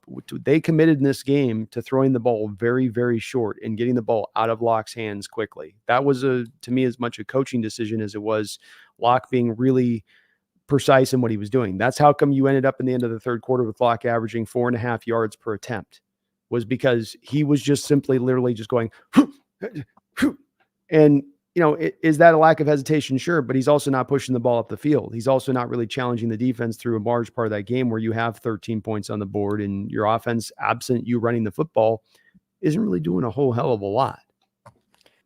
Yeah, I don't know. I'm just looking at this. I'm like, okay, Geno Smith has a below average sack rate despite having an above average pressure rate. So he's getting pressured more than the average quarterback. His pressure rate is high and his sack rate is low. That means he's avoiding sacks, getting the ball out at a really good rate. I mean, I'm looking at this game where DK Metcalf had like one catch the first 58 minutes, I think. Maybe it was 2. Mm-hmm. I'm looking at like this game, like Lockett did basically nothing, although some of that was because of Lockett. I'm looking at last week's game with Locke, where DK Metcalf did nothing for the last 58 minutes of that game, even though he had a backup cornerback on him. I'm just wondering where this idea that like Locke trusts his wideouts comes from, when honestly, for 95% of these last 2 games, Locke has completely been unable to get the ball to our best receiver. Yeah, I see it the same way. It's not, I appreciate people are definitely pro on Locke, but I'm not seeing it as clearly as being that necessarily myself either. The ignoring of DK Metcalf in this game over and over again at times was a little bit weird. And 2 targets again through about 3 quarters is not, you're not throwing to your best playmaker on the outside through 3 quarters, but twice. It's probably not super indicative that you're trusting that your guys on the outside completely. He was decisive. I'll give you that, Kyle G. So it's not to say he wasn't decisive, but I think in some of this was also the method of attack the coaching staff was choosing to use by making sure that you're going to get this ball out of your hands. You're not holding on to this. You're not doing that. But that's, again, comes back to then a little bit of a lack of trust in the coaching staff, which then doesn't necessarily speak to the brilliance of Drew Lock or how great he's doing. That speaks to how they feel like they got to restrict him and protect him in order so that he doesn't have something go wrong. Yeah. So I don't know, Guile G. I don't really know what to say to this, but I don't think this comment has much basis in reality when you actually look at the way they're playing. I'm sorry. Yeah. Well, and I think I get where he's coming from with the fast ball getting out of the hand fast last night. But just to me, Guile G, it does come back to that. It was more about short routes, bubble screens, quick slant route here, just get you the first option, get it out of your hand. It wasn't really as much of him just layering in there and trust. He did on the final 2 throws, certainly on the 9 routes, but those are 9 routes where that's the whole, the throw's got to be a trust throw. You're throwing it up over the top and saying, go get it. Let's see here. Dylan Sosa, thank you for the $4.99. Hey guys, what a game. Hoping Baltimore beats San Fran and Philly and Dallas went out, so San Fran has something to play for Week 18 versus Rams. Ooh, go Hawks. Great thoughts. Yeah, that's a very important game this weekend for sure. Well, Baltimore's a hell of a team. They're going to give San Francisco all they can handle. So, okay, I'm with that. Well, it definitely looks like Philly has a great chance to win out. I think they played the Giants twice, if I'm not mistaken. And they should win out. They should win out. How's Dallas's schedule? Is theirs? Actually, they play Detroit. They play Miami, and they play Washington, I think. This gonna be tough. So the Cowboys will probably struggle to win out, and I still think that team is fraudulent. I don't really believe in them at all. I think that Buffalo game was like a joke. Yeah. I don't. Yeah. I think that when they match up against San Francisco, it's not a good matchup for Dallas either. Yeah. And that's Dallas. I think is going to steamroll them in the playoffs if they play them. Mm-hmm. So it wouldn't shock me if Dallas dropped a game, but Philly should win out at the very least. So that's going to be nice. I just don't think Baltimore beats San Fran is the problem. I don't see it. It's in San Fran, by the way. It's possible, as we saw. I like Baltimore a lot in the AFC. So the fact it's in San Francisco helps out the Niners big time, but I still think Baltimore is going to give them a tough matchup this week. Okay, so let's see here. Trent Sibouts. Sorry if I mispronounced that. Thank you for the $10. Invented a new drinking game after last night's post-game interviews. Take a drink every time a player says, just don't try to do it with JSN because he said, 25 times in less than 2 minutes. Yeah, that is a very, very popular, what do they call that? A vocal fry? Yeah. Yeah. That one and those are the two that people use in the modern verbiage a lot. I try to keep those out as much as I can, but it's hard because everybody uses it everywhere all the time. So you hear it all the time in your ear. You know what I mean? You know what I mean, Trent? Yeah. Oh wow, I just did it myself without even really thinking about it. But yeah, when you watch these player press conferences, you notice that kind of stuff. A lot of these guys are not great public speakers. They're not very good at speaking extemporaneously. Yeah, and it's understandable. It's sometimes a little bit of a learned skill, and you got all those lights looking at you, and even us doing what we do here. If you put me at those and everybody's looking at me, I'd probably. It was a good game. We're just all these middle-aged guys looking at you like that, Right. Okay. But yeah, I mean JSN, I mean he's still very young. I'm sure he'll get a little bit better at it as we go along here. But if he's going to make catches like that, then I don't really care how he handles his post-game press conferences that much. He can be like Groot and just say, if he makes catches like that. Yeah, he can do the Rasheed Wallace. Both teams played hard. That's right. That was my favorite. Let's see here. Upo, thank you for the $5. If we traded down and parlayed our first pick into Jackson Powers Johnson and Cooper Bebe, I'd be ecstatic. Yeah, I've said all along that my dream top selection for the Seahawks is either Graham Barton or Cooper Bebe. If you can trade down and still get one of those guys, that's kind of my dream scenario. Yeah, mine as well. I do like both of those two guys at the height on my list. I love what they bring and offer, and they certainly be a great step in the direction of building up that offensive line like I'd see. I think I watched a little bit of Jackson, but I can't find my notes at the moment on Amupo, so I don't have any super thoughts on him. But Yeah, you actually introduced me to JPJ. did I? When we did our draft show, I think it was last month or so.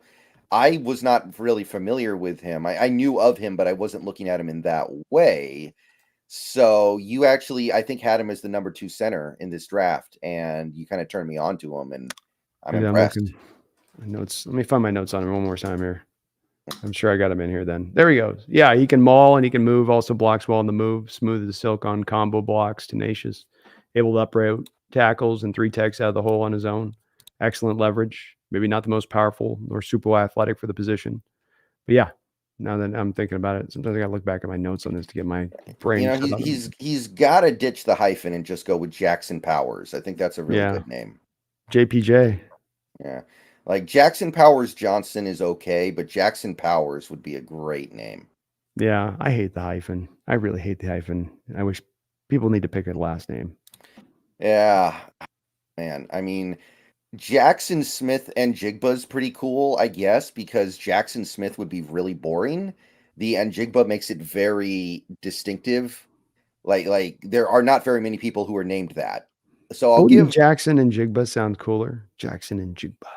And it that would be hard. rolls. Yeah, that Like that that. that would actually be Jack. Wow, that would be hard. Yeah. I kind of like that is better. I think it's got a phonetic roll to it. When you get the hyphen in, there's no phonetic roll. It's an extra syllable in there that doesn't belong. And I've never seen a hyphenated name that comes off sounding cool. It's always like you're trying to put 2 different parts that don't fit together. Yeah, if your last name is Johnson and you marry somebody whose last name is Johnson, do you go Johnson Johnson, or do you just go Johnson? I want to keep my father's name. I'm giving you your father's name. I mean, I want to still keep it so that I know it's there, not just yours. It's both, Right. Let's see here. John, thank you for the $4.99 once again. Been watching you guys since 20 or 21. Appreciate you both. Also, Brando, bring back the Eagles guy. Nice picks on behind enemy lines. Oh, well, thank you, John. I appreciate that. I've been having a lot of fun doing that. It's sometimes hard on a given week to get some of these channels reach out to and get them to come back, but he was great. Josh out there at Philly Special YouTube channel I worked with on that, and yeah, I love doing it. You get a great perspective when you talk to these guys. Yeah. Do you think we're at a point where every team has at least one like good, honest analyst on YouTube that you can work with?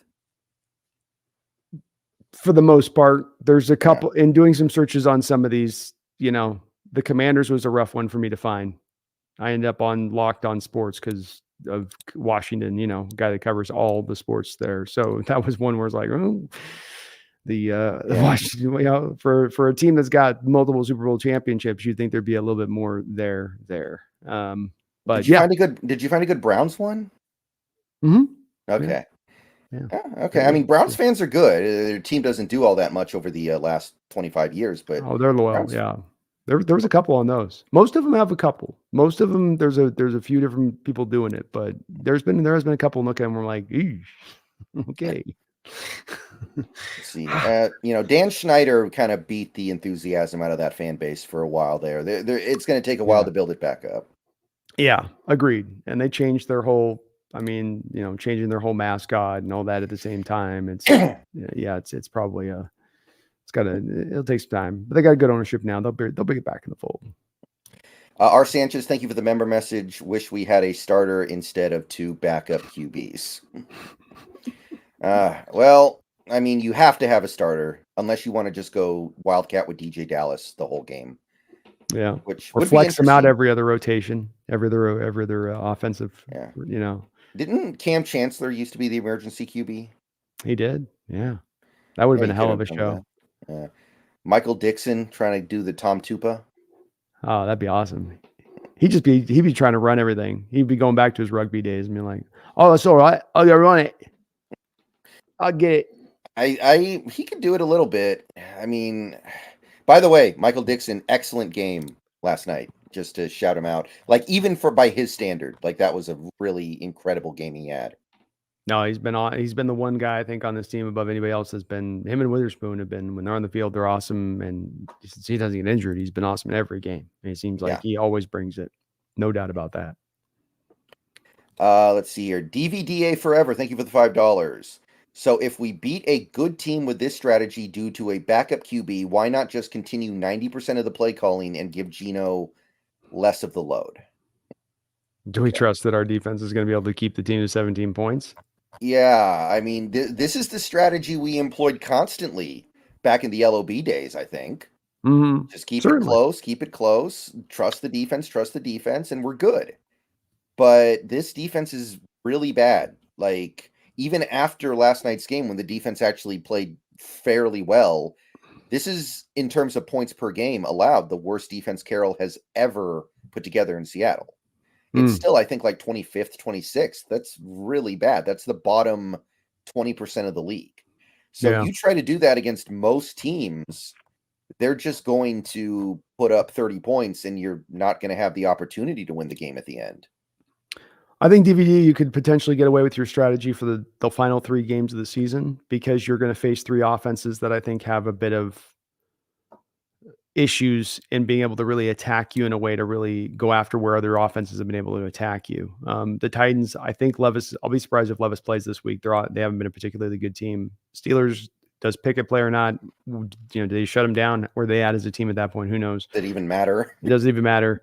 And then you have the Cardinals with Kyler at the end. So, your defense could theoretically stack a couple of very good performances up here where they can duplicate what they did this past Monday night. And therefore, DVD, you could fit maybe more to that strategy.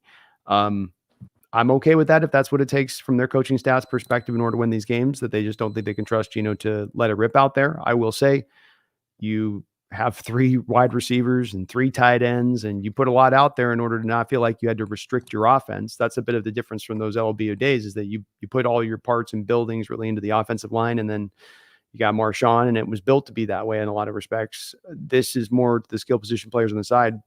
You're trying to seek to maybe better utilize them, and I sure hate DVD ending up in a place in the third quarter where our best maybe offensive playmaker in DK has only 2 targets on the game, and that's happened a lot this season. So, but I get where you're coming from on the approach. Yeah, it might work against the Titans or Steelers, but if we make the playoffs and we play, let's say, the Lions in the first round, it's not going to work against the Lions. No, it's not going to work against any, in my opinion, absent the low-end playoff teams that we're not going to play. Any of the teams in the division. You got by with it on the Eagles this time. Hurts was also real sick, and that team's been scuttling. Do you do the same if you go back on the road in the playoffs? If you got to go into Philadelphia in that environment, are you able to do it the same way? I don't know. I'm not so sure. So it did work this night. It worked for these conditions. It'll work against the lesser opponents, but you get to playoffs, DVD. We have to reorganize and structure our team if we're going to try to play it that way. I agree. Let's see here. Taker, thank you for the $5. Brando, I get what you were saying about the O-line and drafting Levis, but aren't we still kind of in the same boat drafting a quarterback this year? Not if you commit to building the offensive line in the offseason. And you've already got a starting ground on this. I know Brendan's a little bit reticent to think that we can get this done in an offseason, but I think because you've taken care of the hardest part of the offensive line to build, being the bookend tackles, it's easier to address the interior parts and find guys that are functional that can make it happen. And I mentioned Levis, and Levis has now the same thing happen to him that's happened to Anthony Richardson, that's happened to CJ Stroud. And in all 3 of these positions, these quarterbacks were taken by these teams without the offensive line being appropriately put up in front of them. Now, CJ Stroud's had a great year, and he's been able to overcome it. Whoopity. Doesn't mean that bill doesn't eventually become due for having that pass protection, and now he's missing games due to injury. And now Levis is about to miss games potentially due to injury. The draw is always there to go and get that quarterback because you got your guy. He's right there. Go get him. But you go and get him and then put him behind that line and you start getting him beat up. Is Levis going to start having more further bad habits that had started to be built from college because he's gone to the tight ends and has the poor pass protection in front of him? Is that going to continue to now manifest more in the future? Is he going to be able to correct it? Is it going to get so entrenched because he was dealing with it the last 2 years in Kentucky and dealing with now his first year that becomes so entrenched it's a bad habit that can't be now undone? And he joins David Carr in the analyst booth as a guy that said, I got hit too much early on, just kind of broke me a little bit. So I am super fundamentalist about this. I'm Amish-like in my ways with this, where I say that Get the offensive line done first. And you could go out and get a quarterback in the first round of this draft. You go get a quarterback in the third round of this draft.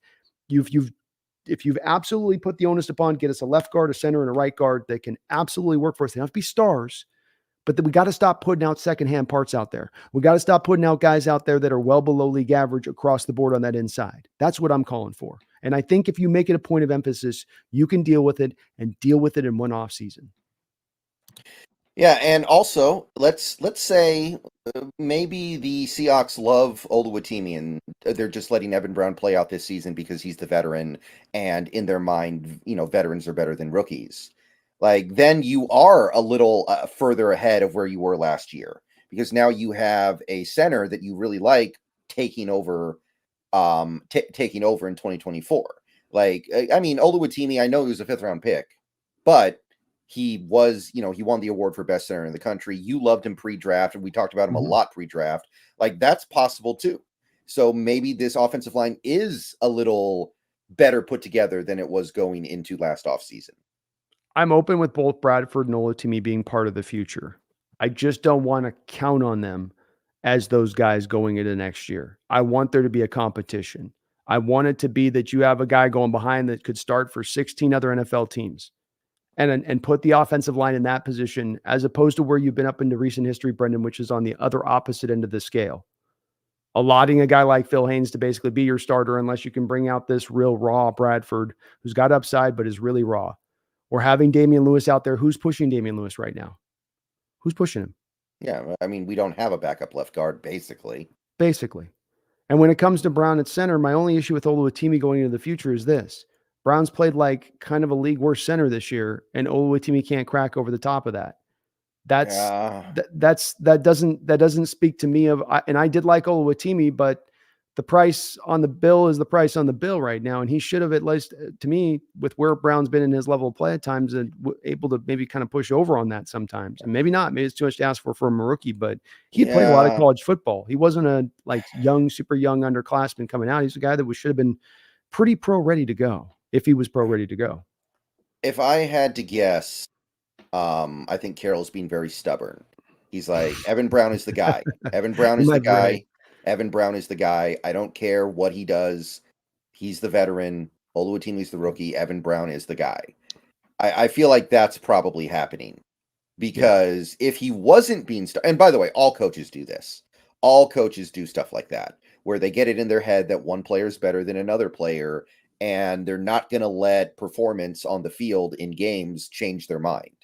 Like, they're maybe like, an example would be, they might take a guy out for a little bit, but ultimately they're going to go back to their guy. An example off the top of my head, Mike Holmgren.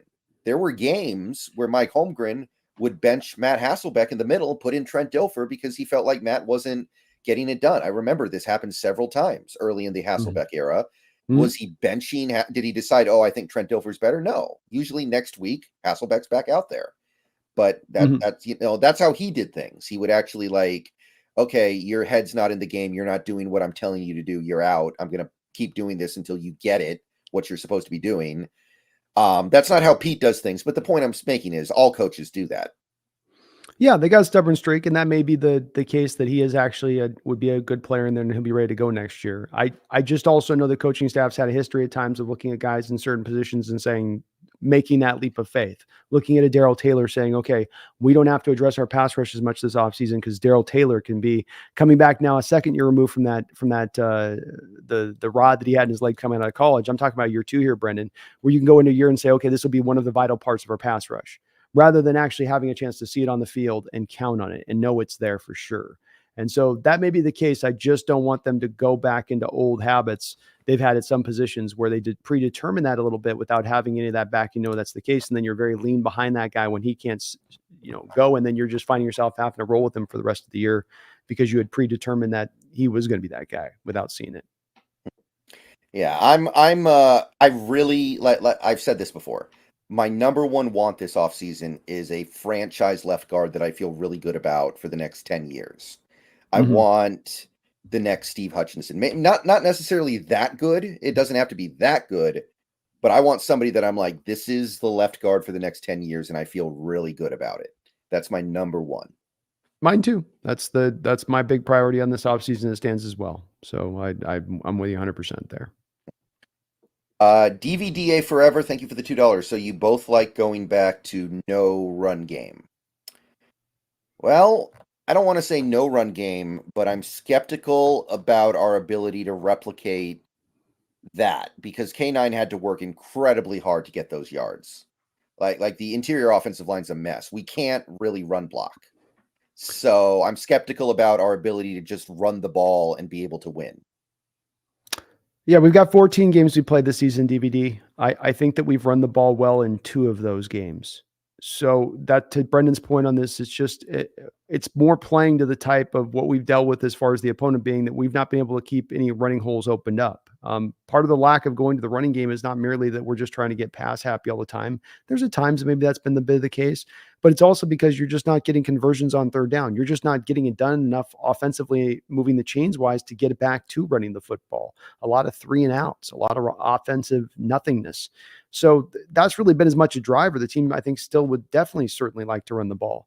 But I don't think the point of changing to Waldron, the point of having the 3 receivers you have on the outside and making a wide receiver one of your first round picks this year when you still had Lockett and DK and you're paying $6-7 million to Noah Fan along with paying Disley and Parkinson on the roster is that you are going to try to also throw the ball. That there's a commitment in that and what you've decided to do with that. And if they were able to run the ball, and I thought DVD they could do like they did this last week in their efficiency to run it, then I would be more willing to go and lean into that if that's what they could do. But even this week, DVD, there wasn't like there was tons of huge holes open up for Walker. Think about some of those runs where he goes up, the guy's got him around the neck. It's 3 yards in the backfield. He slams off him on the neck, and then he comes back around and ends up running it for a 7-yard gain. I mean, there's a lot of those runs on our backs this year where you might find some effectiveness, but it ain't because you're just being so effective in how you're running the ball. It's just that they are so good at sometimes getting free and open, and it's hard to count on that play in and play out and running the ball to get its success that way. Sometimes you need guys to actually open up those holes.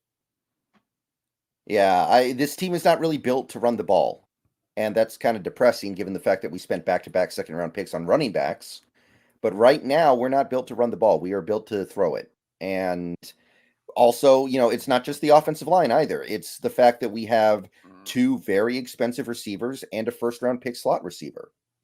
To a certain extent, it's the fact that we have all this money invested in tight end. Not that you notice it in most games. Mm-hmm. So I don't think we're going to be able to, like a team like the Titans or the Steelers. Do you think we're going to be able to run the ball all over those teams? I don't think so. No, Yeah. I think it's going to be an uphill battle. That's what those 2 teams do very well. Okay, so let's see here. Trent Sibouts, again, I'm sorry if I'm mispronouncing that. Thank you for the $10. On names, Jackson, and Jigba ain't a bad nickname. Also, if you and your partner's last name are both Johnson, I think that what you call yourselves after marriage is a secondary issue. Yeah. I mean, I'm not trying to imply any incestuous. It's far if it's that far up the tree. If it's 9 generations back, it's okay. Yeah, it's okay. You're free at that point. You're clear, Trent. Yeah, I mean, haven't you ever seen The Wolf of Wall Street? It's okay. Like, I guess that's true too. He really did marry his cousin. She wasn't even his 3rd cousin either. Just his cousin. Straight up cousin. Yeah, Just and straight cousin. he seemed happy. It worked. Yeah. Worked out good for him. Okay, so we basically peeled through the whole offense in discussing all those donations. Thank you everybody for being so generous tonight. Appreciate you guys. So I guess JSN, obviously amazing catch, by the way. That was I didn't notice how impossible that catch was until I saw it again, but how he brought that in is unbelievable. Yeah, I thought Locke overthrew him when the ball first came out of Locke's hand, and you're doing the kind of calculation of distance to ball. You do that whole, but get out your brain in your little square, and you're going, it looks a little overthrown. And he found a little bit of an extra gear with the ball in the air. Sometimes you got these receivers that are that way. Sometimes they're fast. Sometimes they're guys with average speed, but there is a sort of a skill you'll see in receivers at times. You see this in scouting in some of the receivers where once the ball's up in the air, you can feel them tangibly start to pick up a little bit, like there's a little extra there that they're suddenly able to tap into. They get a little hungry to go get that ball. And then he showed, man, getting it at the end of his fingers to bring it back into him. I mean, that's as far out as it gets to bring that ball in and then still get down with that final knee to make sure that he got that single knee down to where the catch was made. A lot of different parts going together. But wonderful catch on his part, coming just a couple weeks removed from the one-handed catch he had where he, got out and flipped over. Just he's come on as the season's come along, and I feel really good about him as a pick and what he's brought to the team overall. I think he's on a really good trajectory here as we move in the future. Some people are really getting hankering about moving on from Tyler, and he's ready to take over number 2. I'm not as sure by that because I still just don't know if maybe he's not just really, he did the outside on that thing that was on the outside, and maybe he can do some of that, and maybe he can slide into that. But I do wonder on that. I'm not quite sure yet. When I watched that play live, I was looking at the pre-snap formation, and I actually said to myself, why is JSN lined up outside? And then I noticed Metcalf was lined up in the slot. And I'm like, oh, we're going to Metcalf. Yeah, this has got to be a Metcalf play, right? And he did the thing. He did the thing. Now, I don't know why Matt Patricia thinks that's the kind of defense you want to play against Drew Lock. I don't know why he thinks you go single high in that situation, or I think it was single high. Yeah, well, they had single high, but then the single high, he shows single high, and then prior to the snap, the safety starts to creep up to the line of scrimmage about a 7 or 8 yards. And that's what then informed Drew to go to the 9 route over the top. But the weird part for me on that, Brendan, is that they were almost playing their defense, the Eagles, there, like they were trying to play to the sticks at like a 3rd and 4 thing. Safety comes up, squeezes down the zones or whatnot. But it's I believe 3rd and 10. Yeah, it was on the play. So obviously the Hawks are going to try to take something into a deep shot there if they can, but they just maybe predetermined the Hawks were going to just try to take a 5 or 6 yard completion and then come back on 4th down to get it.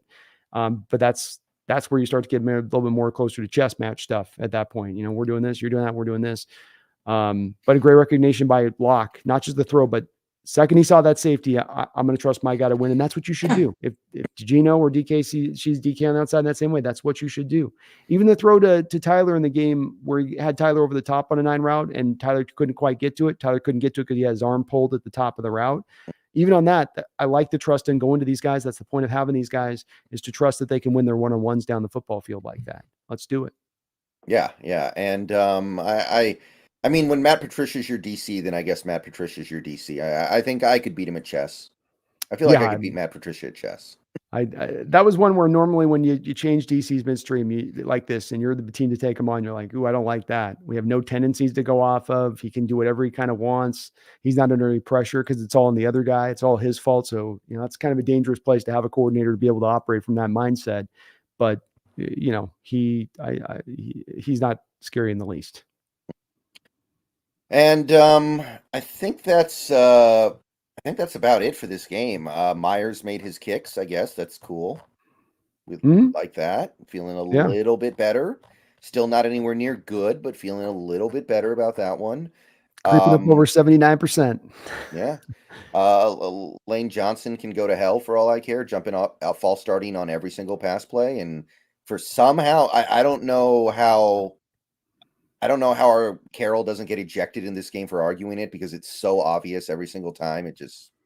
He was working it. You got to give Carroll. He was working those officials. I mean, he was in their ear. He was letting them have it every which way but loose in this game. So he was trying. But yeah, there's been a couple of cuts. This is a problem that you hear about Eagle opponents on a weekly basis deal with. Lane just kind of gets away with it.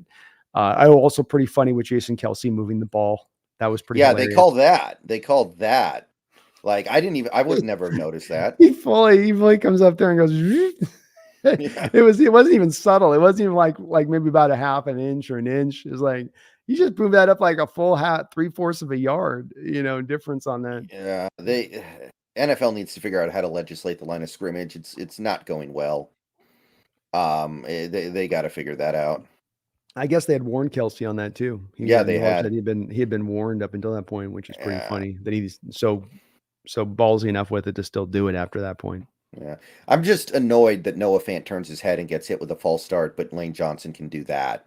Yeah, that's true. Very annoying. I maybe should do that as a video on the channel. Like, not false start, false start. I mean, that's part of the reason why we had 0 pass rush in this game. The fact that he's getting a head start on every passing play. Not that I excuse our pretty miserable pass rush. I mean, we didn't have a single quarterback hit in this game. Yeah, and he's also he's a good tackle as well. It doesn't help matters. You get the jump and you're a good tackle. It's one thing if you're like, crappy and you jump and that's what makes you average, but he's all really, really good and then you're giving him an advantage. Yeah, the Seahawks. Yeah, I think Seahawks had a guy like that. His name was like Jack Sowell or something back in Bradley 2017. Bradley Sal. Bradley Sowell, thank you. Yeah, he false started every play, and Oh eventually yeah. the refs got sick of it, calling it. Oh yeah. He tried to get that foot up a little bit early, but they let him get away with it. So what are you gonna do? It's one of those He things. was still bad, is the thing. He was still awful.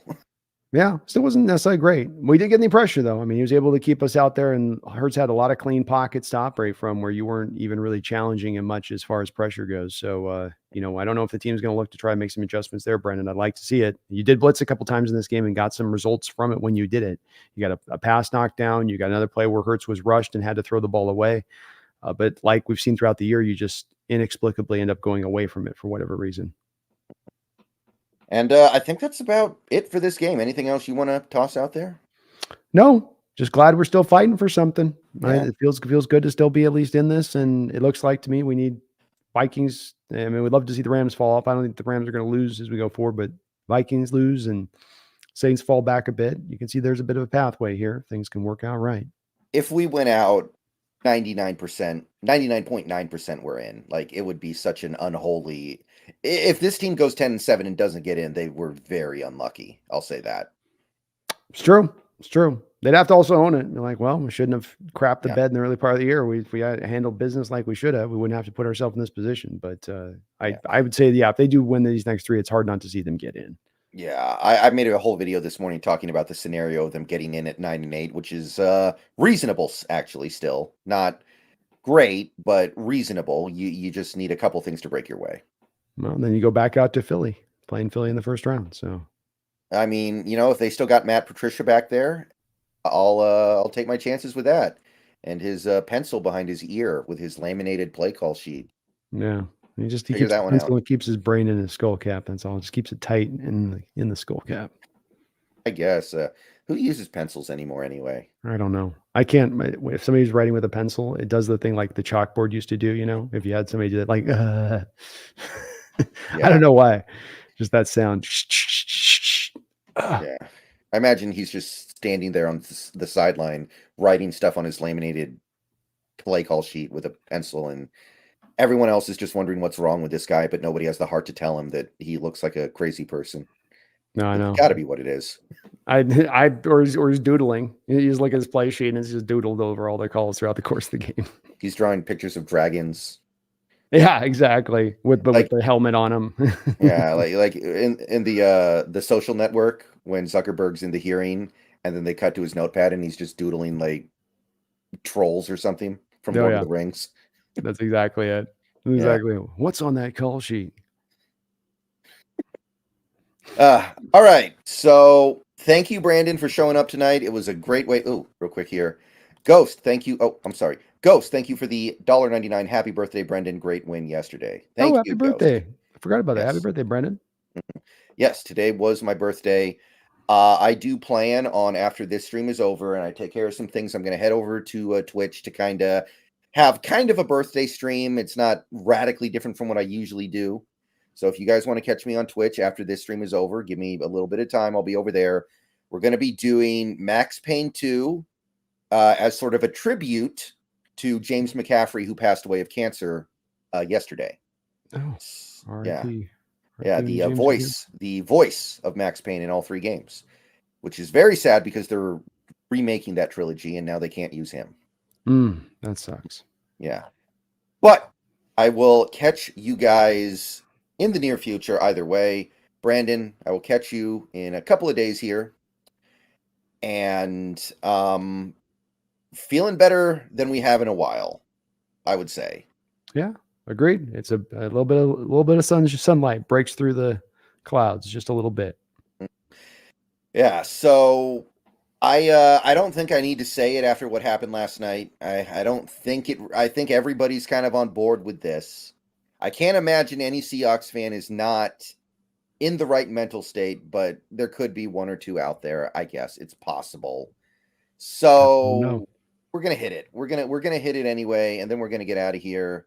and we're going to move onward and upward to these last 3 games, and we're going to hope this team can get in and hope this team can do something with it. So let's hit it, and let's get ready for Tennessee in a couple days.